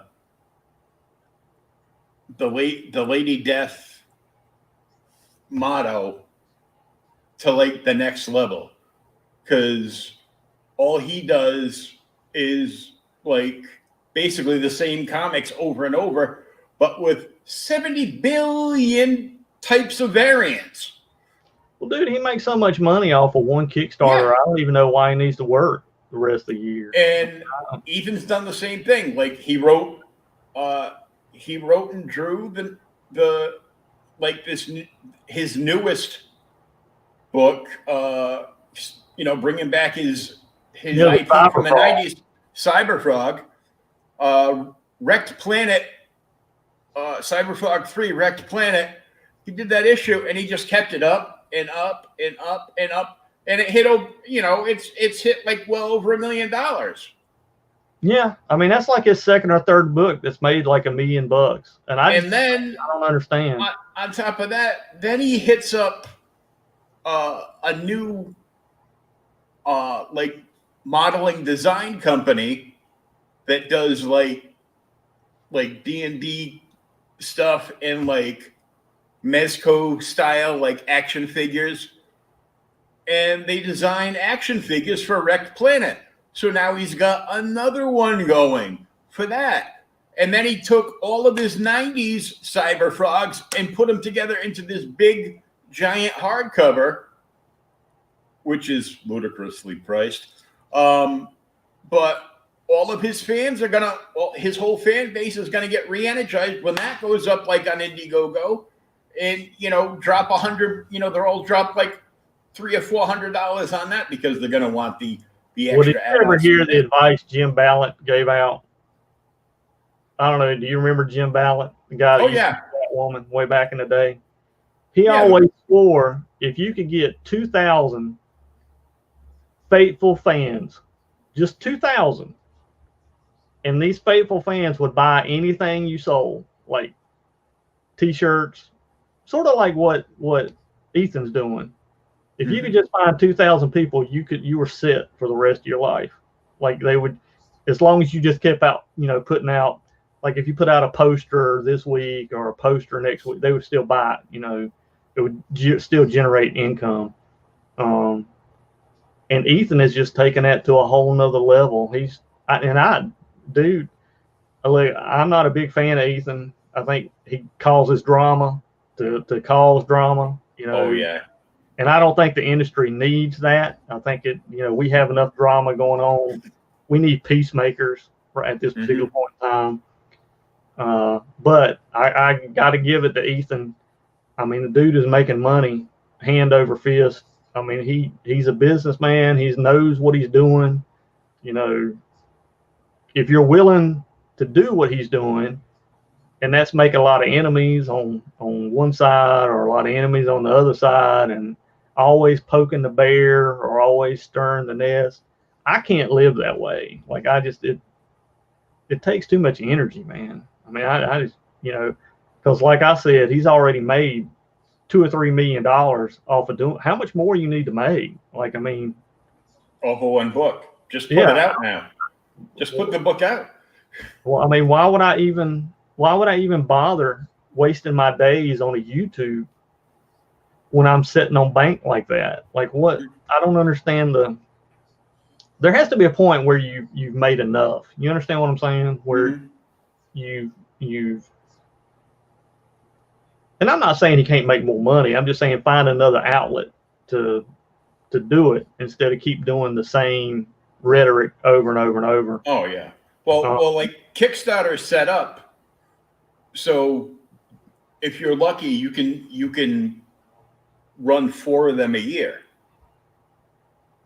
Well, yeah, because the spots are limited, and you got to time it right, and Well, he has it down to a science. I'll give it to him. Like I said, the guy's a businessman. He knows what he's doing. He knows what his fan base wants, and he knows what to sell them. Okay. Now, I'm not going to be one of those people that goes out and buys, a collection of Cyberfrog, old stories put into one book. That's not me. I'm not going to do it. It's not me either, because I own all the originals. Yeah, I mean, but I know that there are a ton of guys out there that will, and he'll probably make millions off of that one too. I mean, it'll be, and he wouldn't have put any kind of work into it. It's not, and I'm not, if I could make $1 million off of selling Gun Ghoul, the same story over and over and over, I can't say I wouldn't do it, but I would, think at some point in time I would just go, man, let's find something. I'm getting bored. See, that's my thing. I would get bored with it. I'd be like, I like moving forward with things and not. Yeah, I got to create something else now. Yeah, not just being stagnant and being the same thing over and over and over and over. I can't do that kind of stuff. It doesn't work for me. And yeah, and I mean the whole Comicsgate thing too, and all that stuff. But I'll tell you something, them Comicsgate guys are making money. I mean, they're making bank, hand over fist. So I mean, they're making bank because they, like you said, you get 2,000 people, you're set for life. Yeah, and I mean, loyal fans. Just about everybody in there, is I can understand the first line of rhetoric he always spits out, except it's not just that, and it was the fact that we didn't want anything to do with the agendas that both, the big two are doing now. I just, we just want to make good comics. Yeah, I mean, that's all it's ever been for me. It's like, I can care less about. That's all it is for you. For him, that's what he says, but he's, waging war on like 3 different fronts for whatever reason. Maybe he, was a wrestling fan back in the 80s and, NWO came around and what's his name? Controversy created heroes in our own story. Ain't that what it is? We're all heroes in our own stories. Yeah. It's like, look,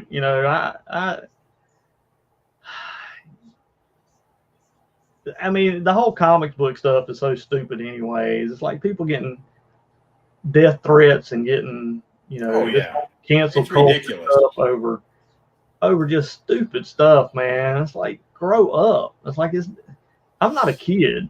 I mean, I'm a grown man that's done grown man things. I don't play this whole cancel culture, bend the knee malarkey. I mean, it just don't work with me just because, look, man, I'm too old to fart with that stuff, man. I mean, it's like I told you, I mean, I'm just too, who's got the energy to do it? Like, I just don't know where these people get the energy to, because it takes energy to hate people. You understand? Like, it takes it takes energy to hate somebody. And I think that's why there's so many fronts, between mainstream media, social media, blah blah blah. Getting everybody like all kooky in their heads, do anything, and if it's not like a 3-second thing on their phone, then they don't have the energy for it. Well, yeah, but see, for me, my answer has always been: if you don't like something that's being done, then do it yourself. See, that's why I did independent comics, because it wasn't that I hated Marvel or DC. I just wanted to do it myself. Look, if you want certain stories, do it what you want. I mean, it's not that hard nowadays. I mean, it really is not as difficult to make. It's the easiest time in history to make a comic book if you wanted to make a comic book. It's like, dude, you're fighting. It's like you said, he says he's fighting on these 3 fronts, and it's like, dude, you're not fighting anything now, because I mean, the internet. You can't cancel anybody in comics anymore. Trust me. I've had 2 sides try to cancel me, and yet here I am. I'm still standing. And a lot of it has to do with the fact is you can't run me off the internet. I mean, I guess you could, but it would be awful hard to do. And it's just it's the false standard to think you can stop somebody from making a comic. I mean, you can't do it. You might be able to stop them in getting it into like comic book shops, but dude, comic book shops are dying. I'm telling you right now, if the industry doesn't find a way to grow and change, comic book shops are going to be dead in a year. And I mean, I'm saying you can quote me on that. I think this year killed about half of the comic shops nationwide. Like, well, I think close to half of them are like done. If they can't find a way to bring these independent books that are being made for Kickstarter and Indiegogo, if these shops cannot find a way to get this new stuff into their shops, I think their shops will die, because people will stop going to comic book shops because they can just buy whatever they want from these creators that are creating new things and not the same rhetoric over and over and over. And they ain't got to go nowhere. It's sent to their home.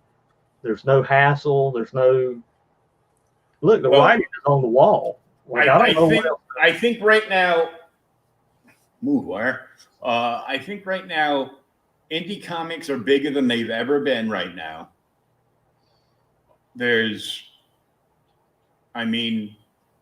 I started doing this podcast like over 6 months ago. This is episode 57. Wow. And so I've been doing like 3 to 5 of these a week. Oh, the indie market is huge. And the indie market has a lot of talent too, is the other thing too. It's not like when I was first doing it, where indie guys were not always that talented. You understand what I'm saying? Like, there was a lot of, I went to FedEx and I photocopied 15 ash cans. Now I'm an indie guy, It's not like that. I mean, you have to actually produce a product that looks like a finished product.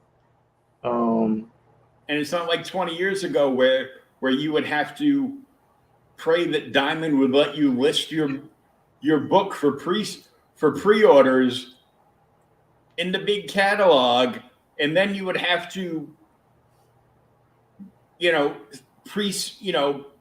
people to pre-order 2,500 issues, and you have to make sure you pay them for advertisement. Trust me, I went through all that, man. I can tell you the ins and outs. And it's like, and back then you had to make and print the books yourself, right, up front before you could even list it, because it had to be ready to ship in case you got the orders.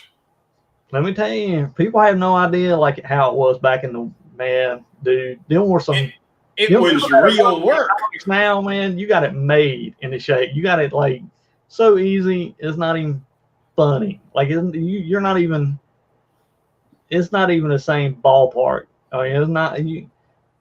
Listen, there was a lot of times you would go to a show and selling 20 copies. You would consider that a great weekend. Like that was the because nobody ever heard of you. I mean, nobody ever knew what an independent comic was back then. Like, they never knew what, it's not like the internet. They can see gun gold pictures everywhere now. You can go somewhere and see a pic and go, hey man, that's cool. What is that?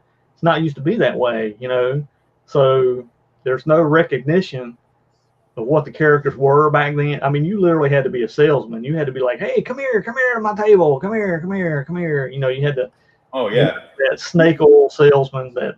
Yeah, you had to work like a carnival barker. Yeah, to sell 20 copies. That's what I'm saying. It's like, you busted your hump to sell 20 issues or something. And that was part of building a fan base, though. That was part of, and of course you don't do any of that now, because Kickstarter takes away from the cons, and now all you got to do is drop a link on every Facebook page a person and there you go. You got 100 people advertising for you for free. It's like, man. Yeah, and every time somebody pledges, the first thing that happens is that the box with the confetti pops up, and they're asking you to tell everybody about this wonderful project you just backed on Twitter and Instagram and Reddit and Facebook and blah blah blah blah blah. And before you know it, you've just done like $50 worth of free advertising for a book that you want to read. Like, dude, you got people advertising for you now that you never would have had advertising. Like those 20 copies I sold, them 20 people wouldn't have went out and went, man, look at this great comic I just bought. Look. You need to go buy this. You need to go buy this. No, but that's how it works now. Now they buy it and online, and then they post it up. Look what I did. And it gets to 100, 200 different more people than what. And that's what I'm saying is comic book shops are going to have to learn that diamond is not the only fish in the sea anymore. They're going to, and I don't know the answer. Trust me, I've really been trying to figure out a distribution, because I think that's the biggest problem for any independent guy right now is distribution. So here's something I want to bring up, because, and I haven't heard back from them, so I don't know, what's going on with their platform. But Mike and Mindy Wheeler started a platform called IndieCrowdfund.com, which is targeting stores. Yeah, they closed it down. They closed it down? Yeah, I don't know the full story. I mean, I was supposed to be one of the guys that launched on it. Well,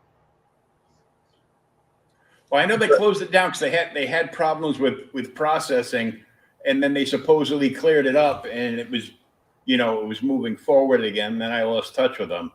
There was some indie guys that they were dealing with that was being very difficult. I'm not exactly sure who. I didn't get into it. I didn't ask because I try to stay away from that drama, Mm-hmm. But I also know whenever you deal with creators and creative types, especially with indie guys, because we like being in charge. That's why we're indie. We don't like we don't like supervisors. That's why we're running our own companies. It's very hard to deal with people sometimes that are in that mindset. And I think many of them, they were trying to get something started that was really good and could have really helped the conservative side of the track. I just think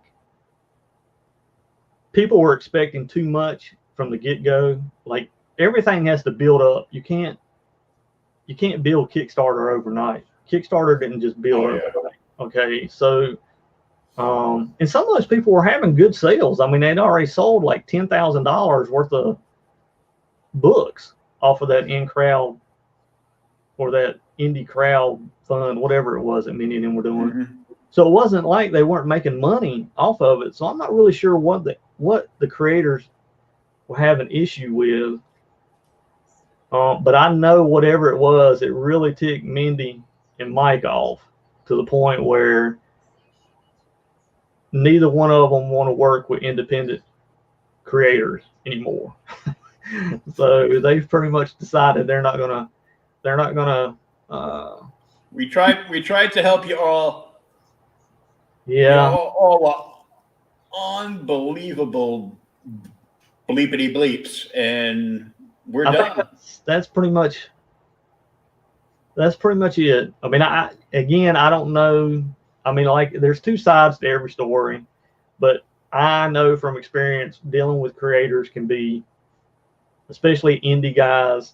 Again, it goes back to that whole, I'm in charge of my own product. I want my product to look this way. I want it to be presented that way. If you can't present it that way, then I'm going to,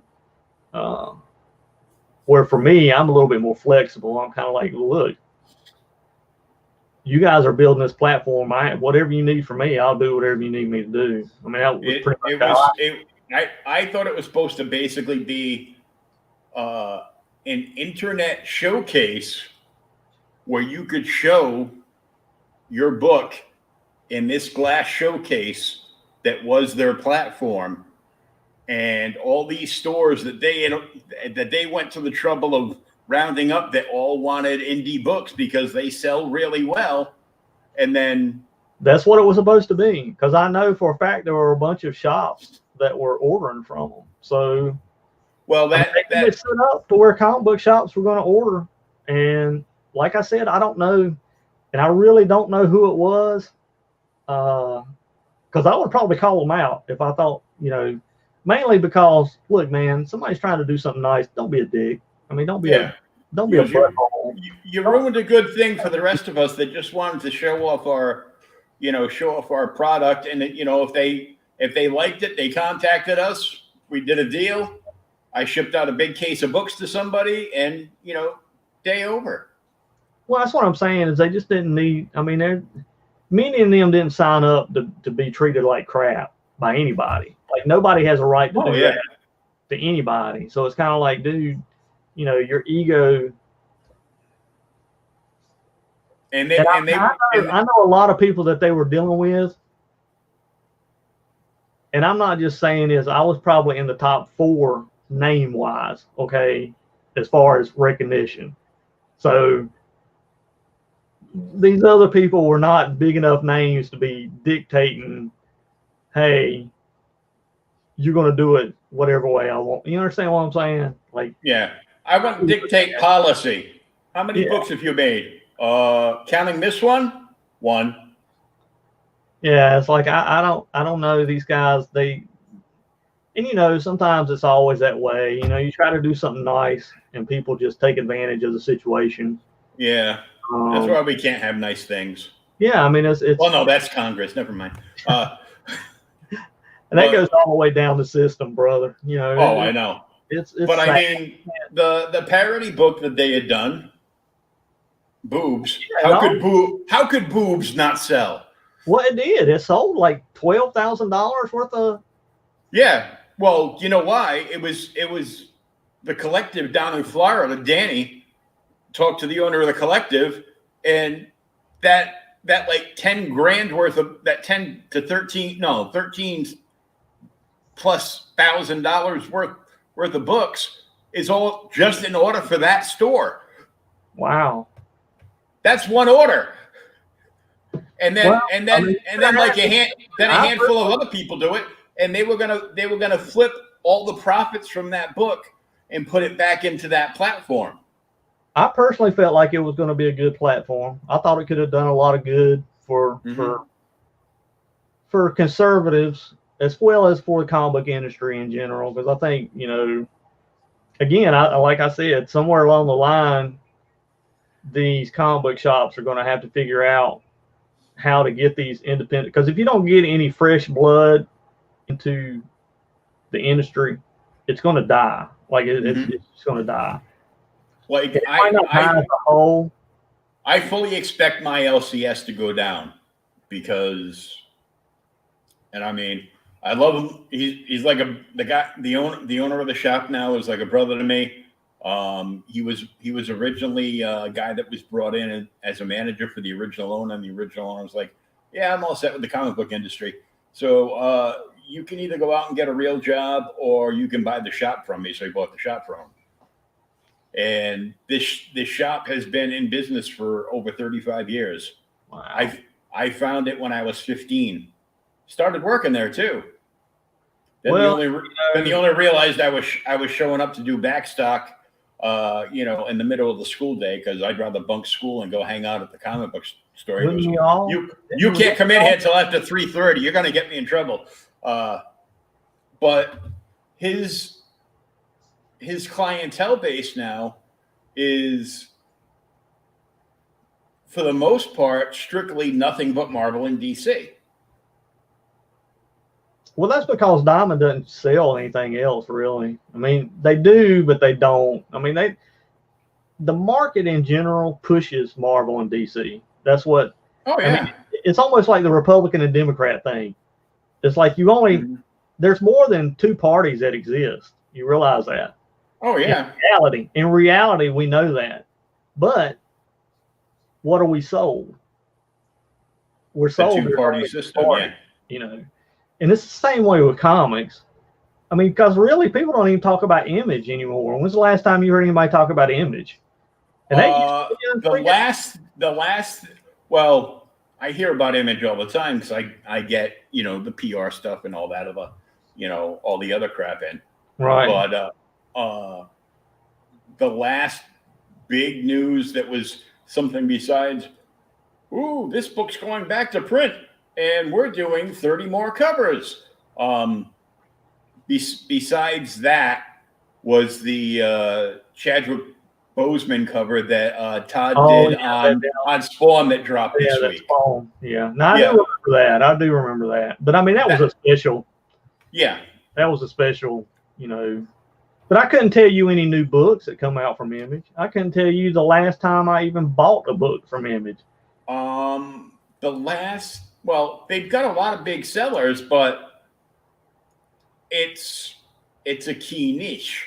It's like you've got people that are kind of like they're reading like maybe the main stories in DC. So, they're reading, the Joker War, or they read like these 2 or 3 books from DC, and they read like, these 1 or 2 books from Marvel. And I'm like, not for nothing. If you're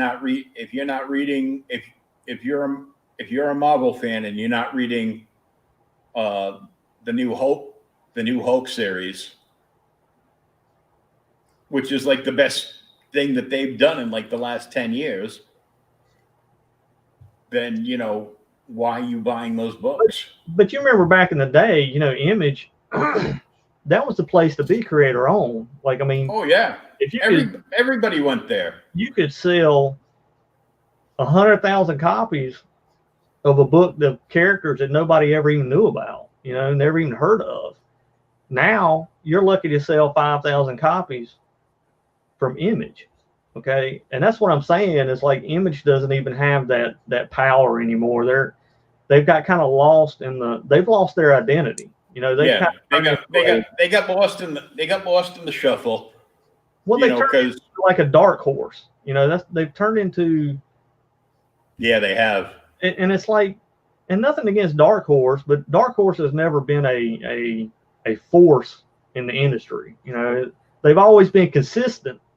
They've consistently stayed exactly where they're at. But they've never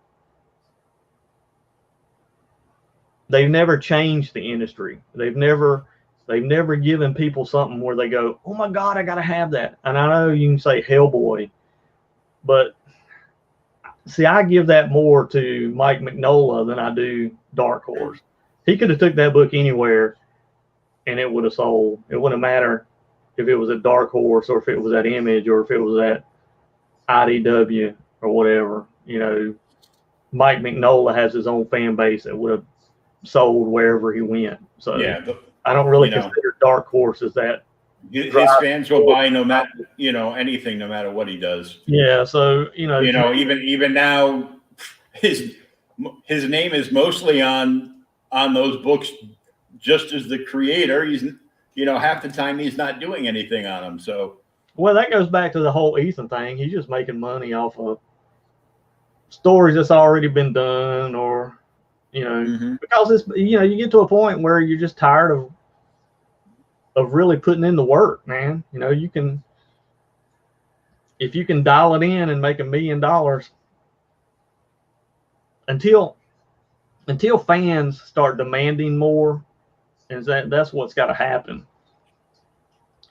And I mean, this too, they're going to have to go to their comic book shops and start going, hey man, I see all this stuff on Kickstarter and they're like really cool books. Like, why are we getting any of this like in the shops? Like, why can't I don't want to have to order it from somebody I don't know. Why can't I? Almost every single Kickstarter or Indiegogo all have the smart ones all put up retailer tiers. Some of them do. That's been a new trend. Now, it used to not be that way, but that has become a newer trend where they do the like $200 packet where you can buy something like 20 copies or something like. I don't know how. It all depends. They play around with it and go back and forth. Some of them will even offer like an in-store signing, but then those guys are like located in Florida, so like, well, we're doing in-store signing, but you have to be within 90 minutes of our base. And the problem that's going to happen with these guys with the comic book shops and the Kickstarter stuff is with Diamond, you know, these shops used to get 55%, 65% off the cover price. Okay. Whereas that meant the creator was making about 40% off of each. Say if I sold a book for $3.99, I was making $1.50 or $1.25 per book after Diamond took their cut. Mm-hmm. But Diamond wasn't just taking their cut; they were taking a cut from the retailer, right? And they were taking a cut from the creator, right? / publisher, and they took it from both sides. They were getting it every way they could get it. But see, when they're dealing with the Kickstarter, they're not going to be able to get those kind of percentages. Like it's not going to be. You're not going to have a 55 to 60% discount on, but you're still going to make a profit. See, that's the thing, and some of these comic shops are going to have to understand. It's like, dude, you might not be able to make 55% off of it, but you can still make 45%, and you're building your business back up. Like, yeah, even at 40%, you're still making money. Right. Even at 40%, you're still making money. So it's like instead of looking at it, because I'll be honest with you too, and I've dealt with so many comic book shop owners, and I love them to death, but a lot of these people are not businessmen. They are fans of comics, and they just want to sell comics. All right. Mm-hmm. They don't really know much about business. They love comics, and that's what their dream was they wanted to own a comic book shop and sell comics. And so when it comes to the business side of things, they're not always as informed as they should be about things. And so when you tell them you're only going to be able to make 40% off of it, what they hear is, well, I'm losing 15%. You know, I'm losing 50% of my sales. And it's like, dude, you can't. Comics is dying. Okay, this industry is dying. If you don't bend some, you're going to break. Okay, there's not going to be.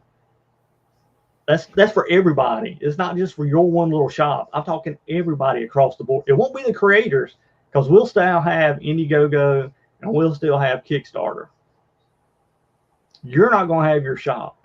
That's what's going to happen. Is you're not going to have it, because people will be able to go to Amazon or eBay to buy their Marvel stuff, you know. So, and I'm surprised Marvel has not done this yet, and where they've just did an open market on their website where you could just each week order your new stuff from them direct, you know, and not even deal with Diamond and I'm telling you, it's going to come sooner or later. It's going to happen. And if comic book shop owners don't try to figure out a way, and I'm not saying I know the way, because like I said, I've really tried to figure out some kind of way for distribution for these independent books to get into comic book shops, and I haven't been able to find it, because either I don't have the resources or I just don't have the knowledge to do it. But something's going to have to give. Like sooner or later, there's going to have to be something on the side of the comic book shop owners that they're going to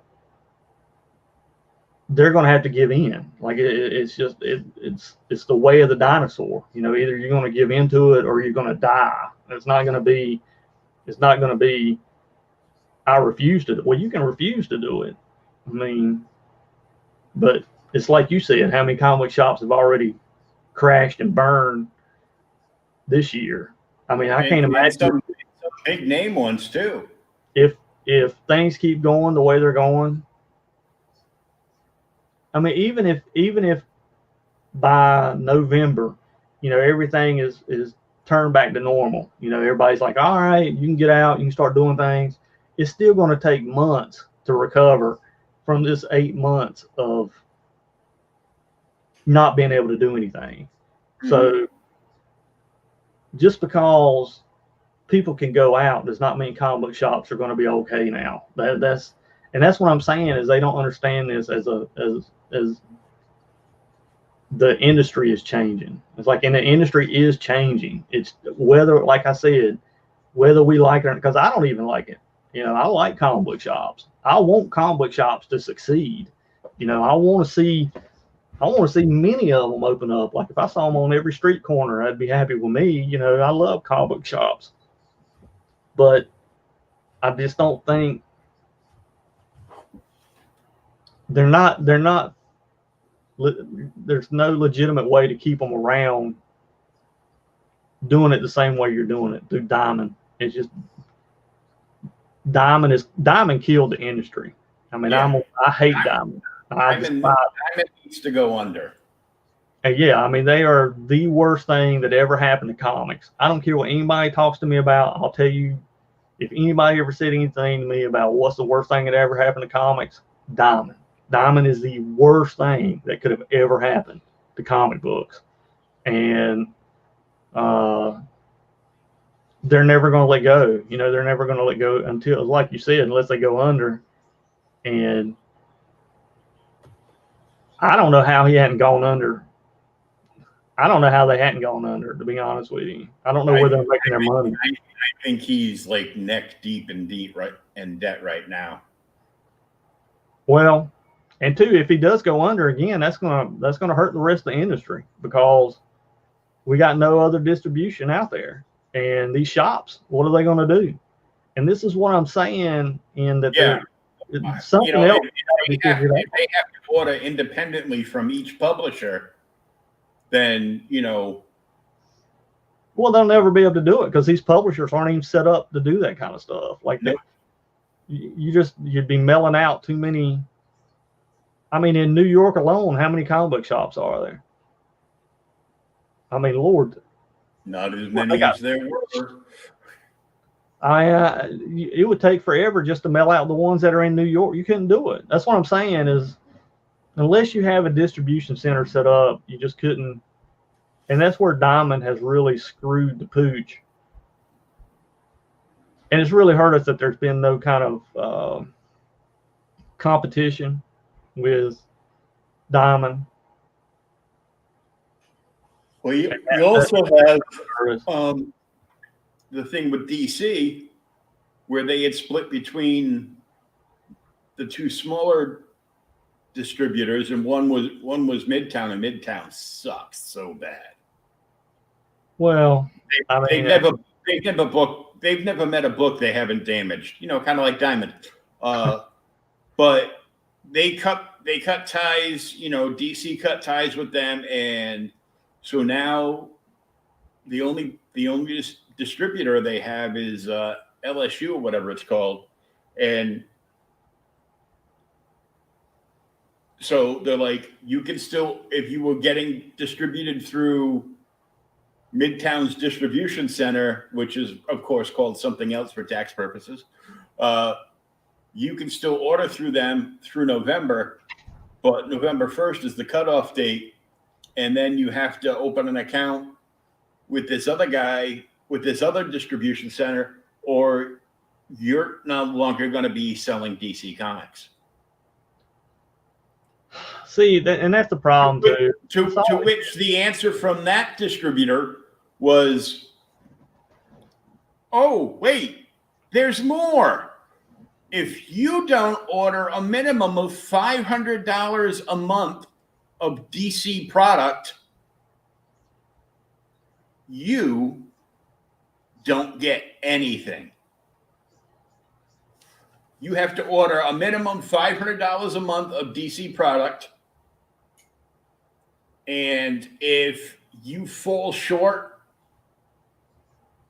I think like 1 month, like 3 months in, if you fall short on any month, they shut you down and penalize you like a month with no books. And then when you stop back up again, you have to pay them for all those late books that you now can't sell because they wouldn't see products, went someplace else. See, that's not very professional. See, and that's another thing. It's like they're laying this out so it's perfectly timed to screw the pooch, because now the 5G thing that Dan Dio was supposedly going to launch before they booted him, they reworked it to make it so nothing but 2 straight months of no actual issues of any DC comics. There are all these Elseworld stories for 2 months. And does DC tell great Elseworld stories? Of course they do. But most people aren't going to sign up to buy all these Elseworld issues for 2 months. And then all those stores are out of business as far as DC Comics goes. Well, I don't think those books are going to sell anyways. No. I mean just like any, you know. The whole Black Batman and the whole. Get out of here. The whole freaking Wonder Woman from Brazil. Amazon, you know. It was already. And that character, that the Brazilian Amazon Wonder Woman, has already appeared in Wonder Woman Annual 4. Just saying. I mean, I'm just saying it's just these things are not creative. They're not. No. You're not doing anything. It's garbage. It's all. I don't have a problem with them like changing Batman, but if you're going to change Batman, then he needs to be either like Dick Grayson or Tim Drake or Damian. I mean, these are the guys that were Robin, and these were the guys that were meant to take the cowl. You know, this whole agenda. Well, I'm going to make him black because there needs to be a black Batman. It's just stupid. I mean, you got Milestone. It's tokenizing the characters.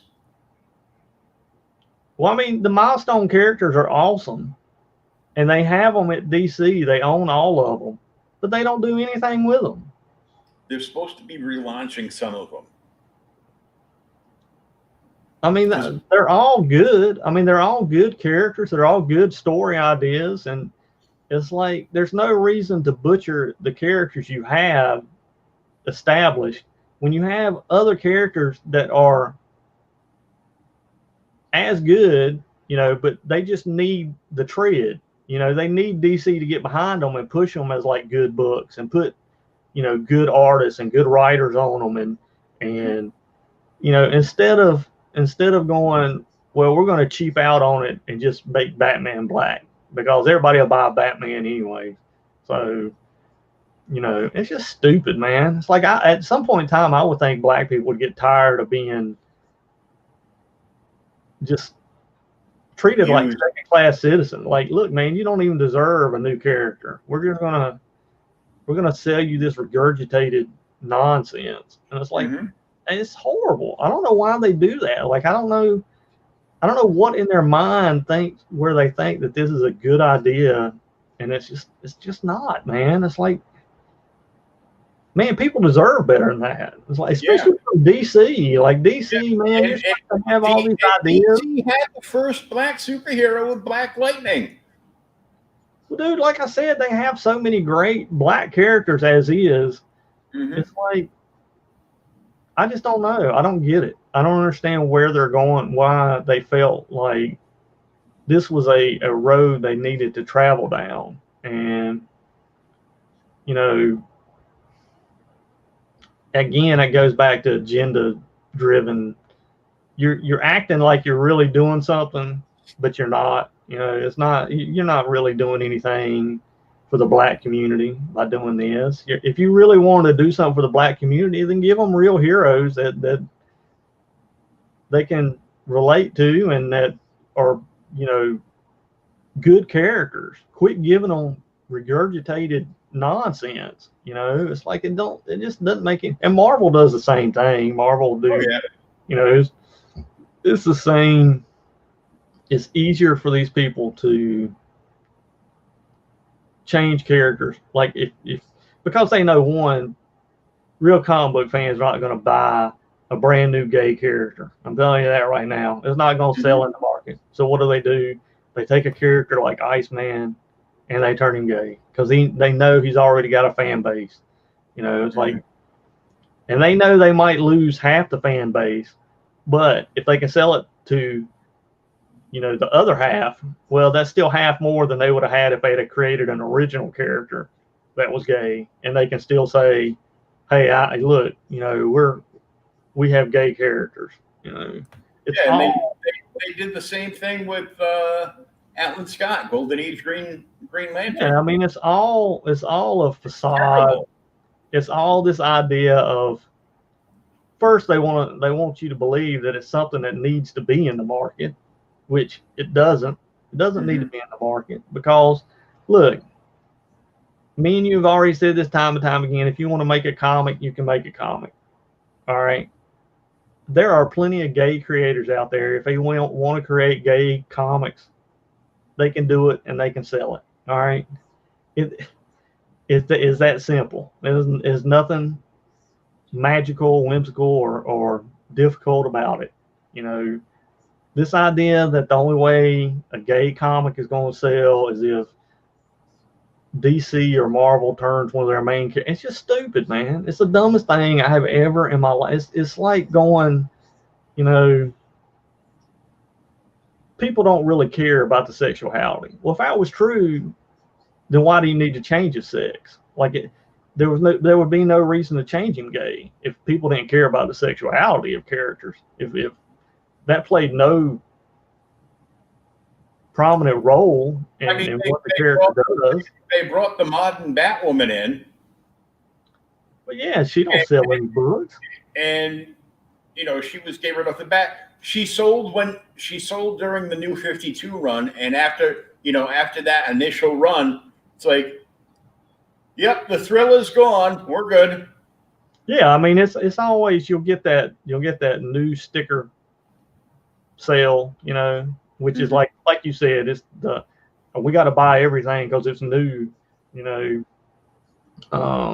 But once that's said and done, nobody. I mean, how am I going to relate to a lesbian Batgirl or Batwoman? Look, man, I don't know nothing about no lesbian Batwoman. And so no story that she's, you know, you tell that's going to show me what her struggles are or whatever, I'm not going to relate to.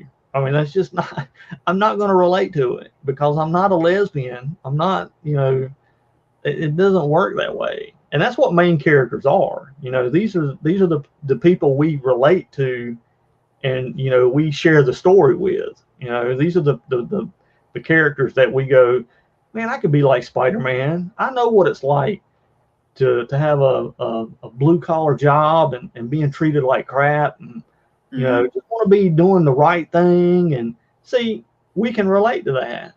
But now if you said, but Peter Parker, he loves all these white dudes and you know, he sees all these guys as sexy. Well, no, I wouldn't understand. No, if you try to put him into a romantic situation where he's I could not relate to that. I'll be like, no, that's sick. I don't want to relate to it. Like it's not, and that's my point. Is like you can't force this kind of acceptance. Well, maybe it shouldn't be acceptance. I don't know what the right word to be because it's just relativity. Is that what I mean? Like, you know, it's just not. Yeah, they're relevant. They're pandering to a certain crowd of people that. Well, they don't even buy comics. For the most part, you know, just like all the vegans screaming about, you know, McDonald's needs to have healthier options. Why? You've never eaten a McDonald's a day in your life. Shut up and go back to Whole Foods.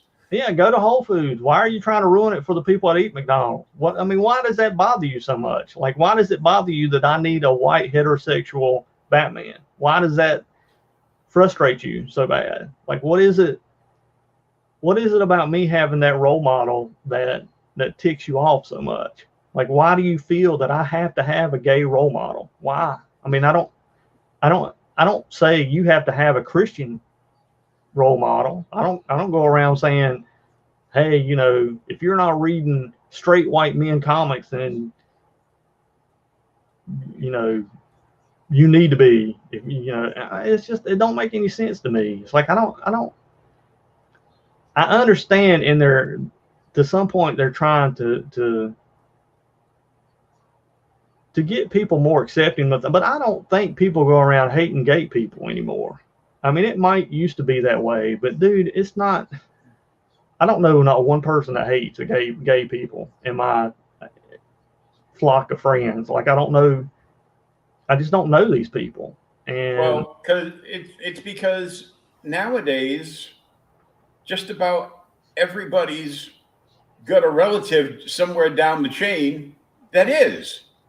well, it's not just that, but to me, it's like I just don't care. Like I don't care what you do. I don't care either. You know, it's like do what you want to do. But what the problem comes in is when you're trying to force me to say that it's a natural thing, and I'm never going to say that because it's not natural. It was never meant to be that way. But now, again, that doesn't stop you from doing it. You can do whatever you want to do. But and see, that's where yeah, well, yeah. But I mean, it just goes back to I don't know. It's crazy to me, man.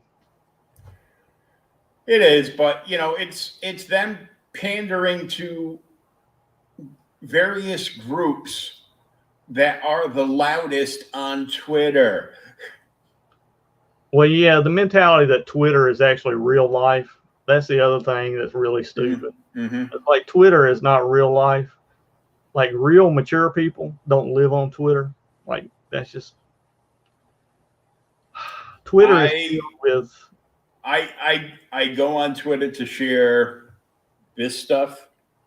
Yeah, that's all I do too. Yeah, like if I'm on there, I'll share the links. I'll tag our sponsor, Spinwiz Comics.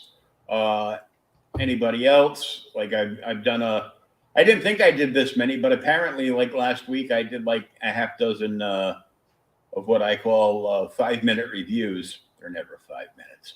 But, nothing every 5 minutes. You realize we've been on here for almost 3 hours. Ain't that crazy? That's what happens when you get a couple of old Gabby guys. But it just goes with that mentality, and a lot of it is just keyboard warriors, which is where you got all this cancel culture crap. And the only funny thing about cancel culture is now it's going around a full 360 degrees, and it's biting the people that started it. Well, yeah, I mean, they always eat their own. Right in the rear. So, it's like, oh, you're going to feed on yourselves now? Okay, go ahead. We'll be over here doing whatever. Well, that's what I'm saying. And, it always, dude, you're always going to feed on yourself. I mean, sooner or later, you're the snake that eats its own tail.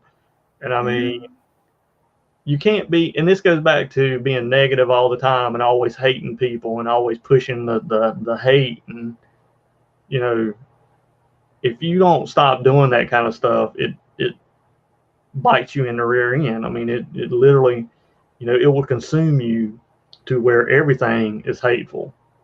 Even the things you're supposed to love becomes hateful. It's an evil beast, man. And I mean, America right now, we're in the midst of it, brother. Like everybody is supposed to hate everybody, and everybody's a victim. Everybody should be millionaires, and everybody should be, Every day I stick my head out the window and wonder what chapter of Revelations this is. Brother, I mean, I'm this year has been an eye opener. If people haven't opened their eyes from this year, I don't know what's going to open your eyes. Like, I don't know. I have no clue. Because I never thought I would live in a time like we're in right now. I never, in my 49 years of being alive, would have thought America would have riots like we have in the streets, and two, and they're letting them get away with it. Yeah, nobody's being arrested and nobody's going to jail, and and this goes for all our political people too. They get away with crimes every day that me and you wouldn't have gotten away with, and it's like there's just no justice. You don't see any justice anymore in general. And I think that's a bad thing for any country when there's no justice. You as a society, I think you start going, well, what's the point of me following a law? If nobody else is going to get convicted for it, then crap, why don't I go out and rob from Walmart? Why don't I loot and say it's for this reason or that reason, or and I don't know how to fix it because I don't think the media will ever allow it to be fixed because it'll take away from their power over people to do it. So in Pennsylvania, because they've had the riots there for like the last night or so. If you walk down the street without a mask on, they will fine you a couple of $100 and throw you in jail. But if you get together with a bunch of people and rob a Walmart and set it on, rob everything out of a Walmart and set it on fire, then pretty much nothing happens to you because But I mean, and again, see, it's like we don't have any common sense anymore. Like we've just completely lost any kind of notion of common sense. Like it's we're living in a complete reality where all these kids have grown up. Quite a few, like as far as the rioters go, most of which with no father figures, and have never been told no, have never been disciplined in any manner, and it's insane to me. Well, yeah, I mean, we've reached a level now where I just don't, and like I said, I don't know how you're gonna fix it. I don't know. Look, man, either way the election goes is going to be bad. Either way, I don't care if Biden gets elected, these people are going to riot because they know they can do it now and get away with it. There won't be any repercussions. Oh yeah, that's why they're doing it now. Yeah, if Trump wins, well, they're going to riot because Joe Biden didn't win. So look, you're not going to. Either way, you're screwed. Like there's no win to the situation. It's and a lot of it is, and I actually blame Donald Trump for some of this because I think some of it has gone on a little bit too long, and I think some things should have been handled on a federal level because these governors, granted, they have power, but we have the FBI. We do have some jurisdiction over federal buildings and that kind of thing. And I don't know. They went into Portland because they were attacked. They were trying to burn down the federal courthouses.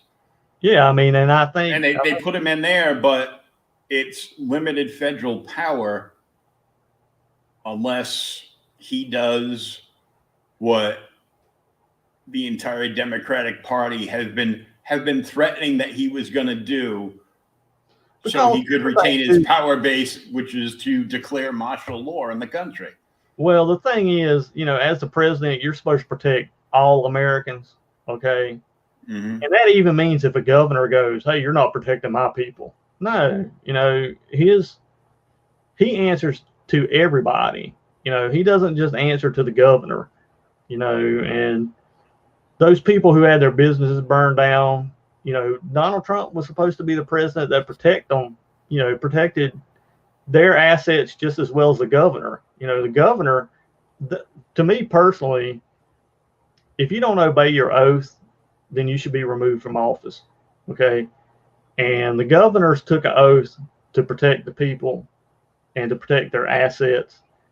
And when these governors pretty much said, don't arrest these people, let them back out, let them do whatever. Tell the cops to stand down.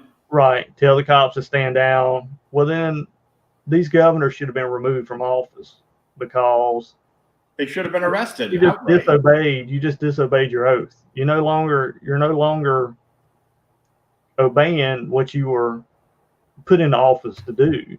Oh yeah. Look at Chicago. Lightfoot should be in Gitmo. Just letting people murder each other like every weekend. It's like ridiculous. I feel bad for Chicago. I think, man, I don't know. Again, I don't know how you're gonna fix all this stuff. Like, I don't think you can, because again, I think too the media is not going to allow it. But I think, you know, you gotta do your part, you know, and I think part of ours is trying to be positive and not be so mean to people and not, you know, hate people so much. And I know that's hard to do because, dude, I've had so many left-sided people hate me for no reason other than the fact I'm a Christian, you know. Oh yeah. And I mean, literally, that's all it is. It isn't a fact like I've done anything to them or said anything to them. It's just they don't like what I believe in, so henceforth they hate me. Which to me, the funny thing is if everybody felt that way, man, I mean, Lord, we'd hate everybody. Like there'd be nobody you like, because not everybody. Me and you are not going to agree on everything, dude. I mean, it's just not. It's not humanly possible for us to be that way. We're not built that way. So this idea that you hate people just because they think differently than you, I don't know, man. You know, and again, it kind of goes back to I wish the comic book industry would take the high road, you know, and I'm talking both right and left sides here. Because like I said, the YouTube stuff, man, I mean, it's just visceral. You know, they just, you know, you want to, this person is this way, this person's that way. I hate this person and blah, blah, blah. This person said this person said that. Look, man, I'm going to cancel culture this person. I'm going to run them out of business. You don't bend the knee to me. I'm going to bend the knee, blah, blah. You know what I'm saying? It's like, and then, of course, you got the industry people like Gail Simone and all those people, Mark Wade. And them, you know, I used to be a huge fan of Mark Wade. I based most of my writing style on his technique. You know, that when I first got into comics, he was like my favorite writer ever. And I mean, he's cost me jobs now. So it's kind of like, and all of it because I'm a Christian and I have conservative ideas. Not that I'm Republican, just that I have, you know, Christian views on things. And it's just sad, man. I mean, I don't understand why we just all can't create the books we want to create and let the customer decide what's viable and what's not viable. And, you know, don't get in the path of other people. Help other people out, man. Help all these indie people out. Look, man, even if you don't agree with somebody, if they're doing a good product, man, and if it's going to be good for the industry, man, help them out.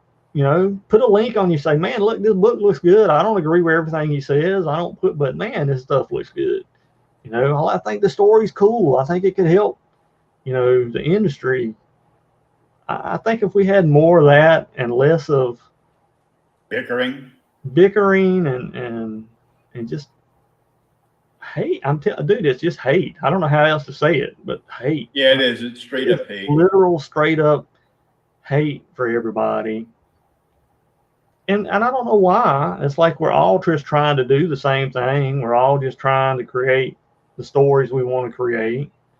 And I know a lot of people take it personal when somebody says, hey, you know, you're telling this story not because you want to tell the story, but because you have an agenda behind it.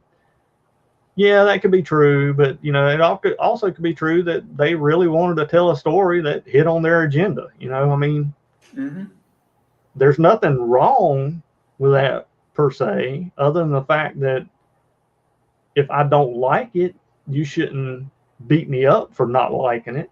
You know, you should go, okay, all right. So they're not big into the homosexual romance. All right, nothing wrong with that. I can tell another story, you know, instead of, well, if you don't like this, then you're a homophobe and I got to make sure you're run out of town tarred and feathered. You know, we just don't need that kind of stuff, man. We need more peace in the aisles, and I really think indie guys could do it because, you know, we're indie. You know, we don't we don't have allegiances to anybody other than, you know, our own fan bases. Yeah, you don't have a corporate machine. Yeah, we're not over your heads, or even like some of the smaller publishers, because right. just about every sizable publisher has all been picked up by one media company or another for the rights to for the first chance rights to push anything for animation, TV, film, or streaming. So and most indie guys really do love the industry. You know, they're doing it because they love comics. And I think until we get back to like loving comics and loving, you know, telling stories about people who are greater than what we are and can do things greater than what we can accomplish, then I guess, you know, it's nothing's ever going to change. Like, it's just going to get worse. And, you know, one thing that'll probably really happen will be the industry will end up dying as we know it now. You know, like you just won't see comic book shops on every corner. You won't see, you know, cons. And some of these people who are doing cons, they really need to stop being so political about who they let in and who they don't. And that it's just, man, look, again, it goes back to, I shouldn't have to support Biden just to be let into your convention. All right.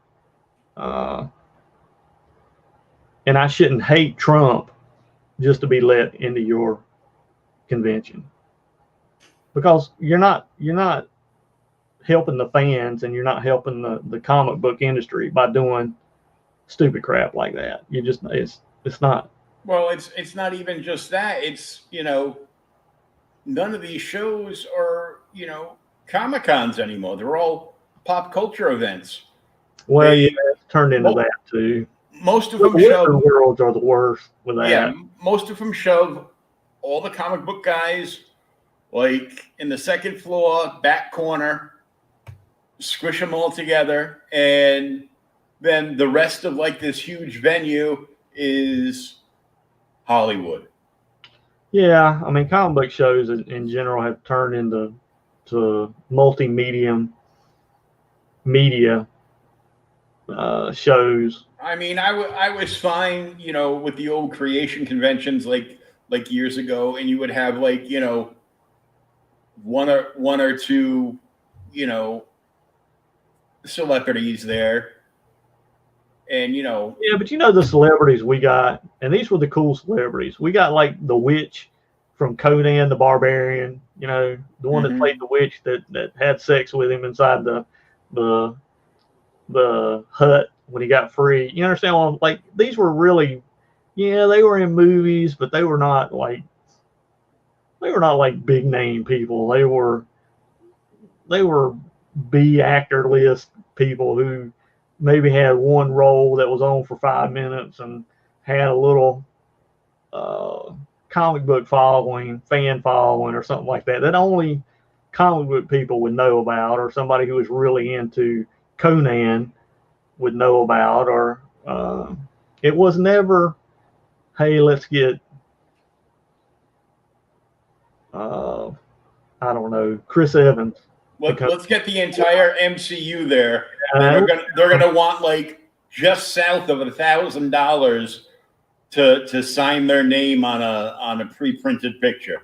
I mean, our MCU was Lou Ferrigno. You know, that was the guest that we had. You know, it was Lou.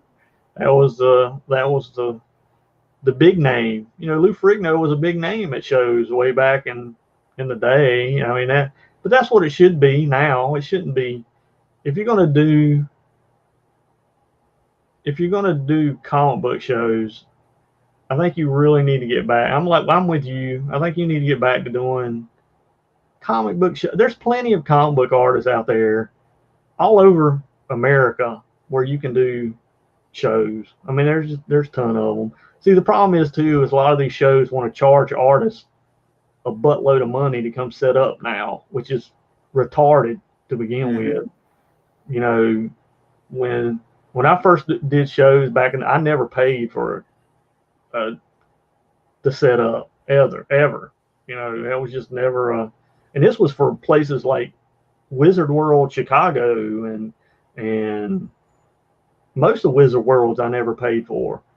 And I mean, all that started changing, I'd say like in around 2005, 2006. It was like all these people started charging crazy amounts of money. And it's just like, see, I was at the very first MegaCon in Florida. And I remember setting up, and Greg Land was set up beside me and the other guys in the studio. And of course, he wouldn't.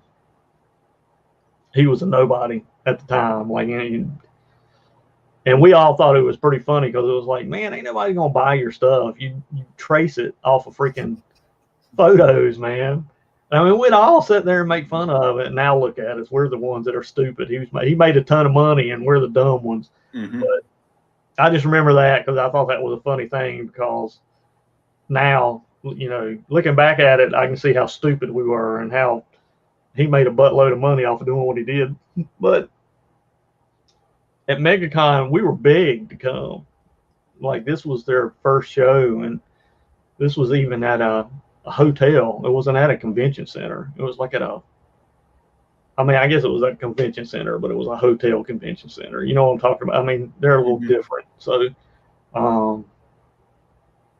and we went there for, man, I know 3 or 4 years straight, and we never paid a dime. And we were always one of the original people. And then I stopped going to shows, and I started going back around 2005, 2006, and I contacted them, and they were like, yeah, you know, if you're going to come and set up, we'll need like $300 for a table and blah. I was like, are you kidding me? I mean, I'm not saying I'm a big name or anything like that, but I was there from your beginnings. You know, I was there when you were nobodies that couldn't find people to come to your show, and I helped you out. And this is how you treat us. Like, I don't know. It just kind of just sit bad with me. Yeah, they raised their price more and more, and I mean, and even like 8 years ago when Alternate Reality first opened up the first Rhode Island Con, people, and I was one of the people. I was waiting in line like 6 hours just to wait in another line. So that's not right. Not even getting in, and you get up to the ticket window, because some of us were stupid and didn't advance buy tickets, and not including the Ticketmaster fee on top of everything and the tax, it was like $50 to walk in the door. I got to be nuts. Well, see, that's another thing too, is the prices have got. Well, that goes back to what you were saying about the movie people taking over. They pay these guys so much money to come to these things that in turn they turn around and charge the artists who aren't making as much money. They charge them to set up, and then they up the price for fans to come in. And then, of course, they charge the fan for a photo to get signed and everything. It's like, dude, it's such a racket now. Yeah, the worst thing, besides Hollywood taking over, I think the worst thing that happened to conventions was the photo op company, where they took to you guys aren't allowed to take any pictures, even though you want to snap all kinds of pictures with your cell phone. You can't do any of this. You have to pay us. And every year the price went up and up and up. Like 10 years ago, I went to convention here in Mass, just south of Boston, and they had Hulk Hogan there. it was $100 to get your picture with him. It was $100 for an autograph. It was $100 for everything. And you know, they put him in a private room, like in the middle of the place, with the doors closed. The line was literally like a mile long. It wrapped around and went out into the hotel, and it was 4 lines deep. They had so many people, it's like the line was going around the building like 3 times. So they're like, okay, we're gonna make 4 lines, and it goes boom, boom, boom. So you saw him for like all of like each person saw him for all like maybe 60 seconds, if that. You know, if you weren't getting a picture, he'd sign an autograph for the $100, hand you the autograph, shake your hand, nice to meet you, boom, gone. See, I don't think autographs should cost you money. See, that's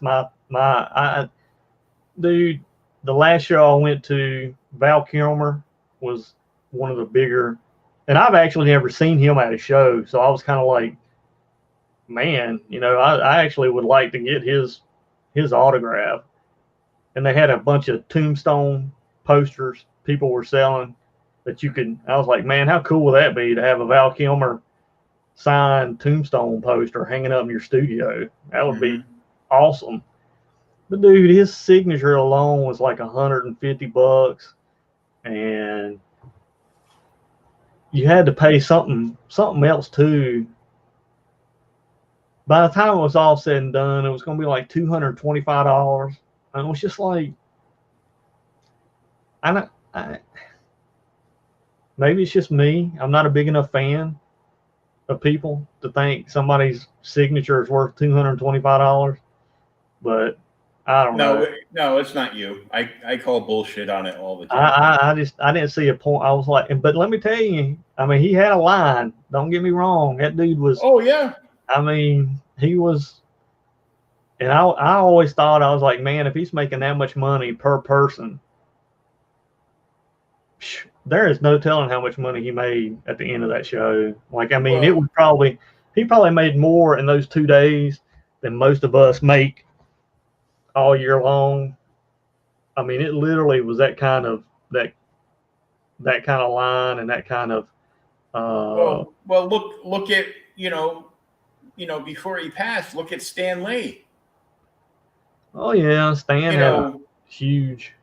And towards the end, it went from. I remember one year it was like he was going to Boston, but not Rhode Island, and he was charging like $50 a cig, $50 a pick, and then he shows up to Rhode Island, and it's between $100 and $200. If you want like a signature in a picture, it was like $150 plus the fee you have to pay the photographer, and plus the fee. Maybe that's what it was. Maybe it was the photo fee with Val Kilmer. Like that was an extra. Yeah. Maybe that's why I went to $225 or something like that. But it was real crazy. It was just like, look, man, it's ridiculous. Like $225. And those guys, they want like $700 or $800. I mean, that's half a work's week. I mean, that's half a week's worth of work. $225. Most people only make $500-600 a week. That's a lot of money to be giving away for a photo and a signature. Like, I don't know. That's ridiculous. Man, buddy, I think I'm gonna have to get ready and we've been chatting way too long. So quickly, fun, brother. I hope you have me on again sometime. I mean, it was fun. Yeah, we'll do it again. Yeah. Tell everybody what you got going on at Alpha Dog Comics before we take off. And well, I can give you an exclusive if you want an exclusive. You want me to tell you something exclusive? I always want an exclusive. Me and Chuck Dixon are working on a new book together. Sweet. Yeah. So nobody knows this. This is the first I've announced it to anybody. So that's one of my big things going on. But I'm also working on a book with a guy named David Furr and Ben Dunn from Antarctic Press. That's supposed to be out, Lord knows, I'm going to say February, maybe March. I got a lot of stuff going on, and plus I got our own books. Like I said, the Gun Ghoul book is going on. I don't know who's going to publish it, or if I'm just going to do it. I hate doing Kickstarters because I'm doing the whole fulfillment thing. It just takes up so much time. I'd rather have a publisher that handles all that stuff. But we'll see. But it's a lot. I mean, I got a lot going on. I can't complain. I'm staying busy. I don't know why. I mean, I'm blessed in that aspect that, you know, like I said, and Chuck, I've always dreamed of working with him. He's one of my favorite writers. So yeah, I'm pretty excited about it. And it's called Sister Supreme. It's kind of like a mix of Dexter's Laboratory and Powerpuff Girls. I don't want everybody to think, man, that's how it's going to look, but that's kind of how the story is. Basically, this boy who wanted superpowers, and he was like Dexter from Dexter's Laboratory. He created this machine to give him superpowers, but his sister walked in and ended up getting the powers instead of him. So now, you know, he's kind of, he wants the powers, and it's kind of this whole sister brother, you know, economy type thing going on with each other, and sibling rivalries, and it's a real. I don't think any book out there is like it right now. So, you know, yeah, so it should be fun. And the Ben Dunn book I'm working on is called Swampland, and it's kind of it's a book set in the bayou of Louisiana, and it's got superheroes and magic, and I mean, it's kind of all over the place. So if you like everything, there's something in there for everyone. Something in there for everybody. So it's not a book that's being done. I try to do things that aren't all over the place, or all over the place, you know, because I mean, I don't really see a point in it or a value in doing another book, another Spider-Man book. I mean, but you know, so I'm having fun doing them, and when they start to get released, man, you'll have to let me on here, and I'll get you some artwork and stuff for it. And oh yeah, just you know, hit me up anytime. You know, I'm always, you know, poking around my phone on my computer. And I appreciate you, man. I appreciate what you're doing for the industry and putting yourself out there and getting all these people in here and getting them excited. I mean, we need more of it. We need more love, man. I know that sounds like a hippie thing. I ain't trying to be a hippie. It's just, I'm so tired of seeing so much negative and hate from everybody. It's just too much hate. We need comic book love. Yeah, you do. You need some good books that don't do anything but entertain and has great artwork in it and has great writing in it and things you want to bag and cherish and not because of value, but because you cherish them that much, you know, not because you think you're going to make $5 million off of them in 20, 40 years, but, you know, because they hold a special place in your heart, you know, and that's what we need to get back to, man. I mean, I hope we can get back there. I think people like you doing the things you're doing, that helps. You know, I think, again, doing more shows that are not geared towards tearing people down and not geared towards, you know, bad mouthing people or starting drama or stuff. I think that's really what. Just trying to keep the positive side of the comic book community going. No, and it's a blessing, man. I appreciate you. Just so you know, I appreciate you having me on here, and I appreciate the time you spent with me. And I know it's not easy for you. I'm disabled too. I know I don't look it, but you know my issues. I got them, so I feel your pain. I know what it's like to have to muscle through stuff, and you really have to love it to do it. And you know, keep up the good work, man. And if you need something I can do that, you know, all you have to do is ask. I'll do what I can do. And again, have me on again, man. It was fun. Wasted 3 hours. My wife's already in bed. She done turned out the light. You see the light? Yeah, I saw her walk through like hours ago now. Well, like, I want to give a big shout out to our sponsor for this video, SpinWiz Comics. SpinWiz Comics is a webcomic and indie comic discovery platform. That's what it's free to download on both iOS and Android. It has over 86 independent publishers on it right now, with well over 400 titles, new titles added every week. Sometimes just a few, sometimes more than a few. So there's hundreds of comic books to read on there, and most of them are completely free to read. Man, you can download an app and you can read some great free web and indie comics. Not just that. They have a loyalty reward program. Every page of comics you read while you're signed into the app, you get one entry into their giveaways. They do a giveaway monthly, quarterly, and yearly. So go check them out. SpinWiz Comics at spinwizcomics.com. Download the app, check it out for yourself, write them a nice 5-star review. We're trying to get up to over 100 downloads and 5-star reviews this month. And this is what it would look like on your smart device.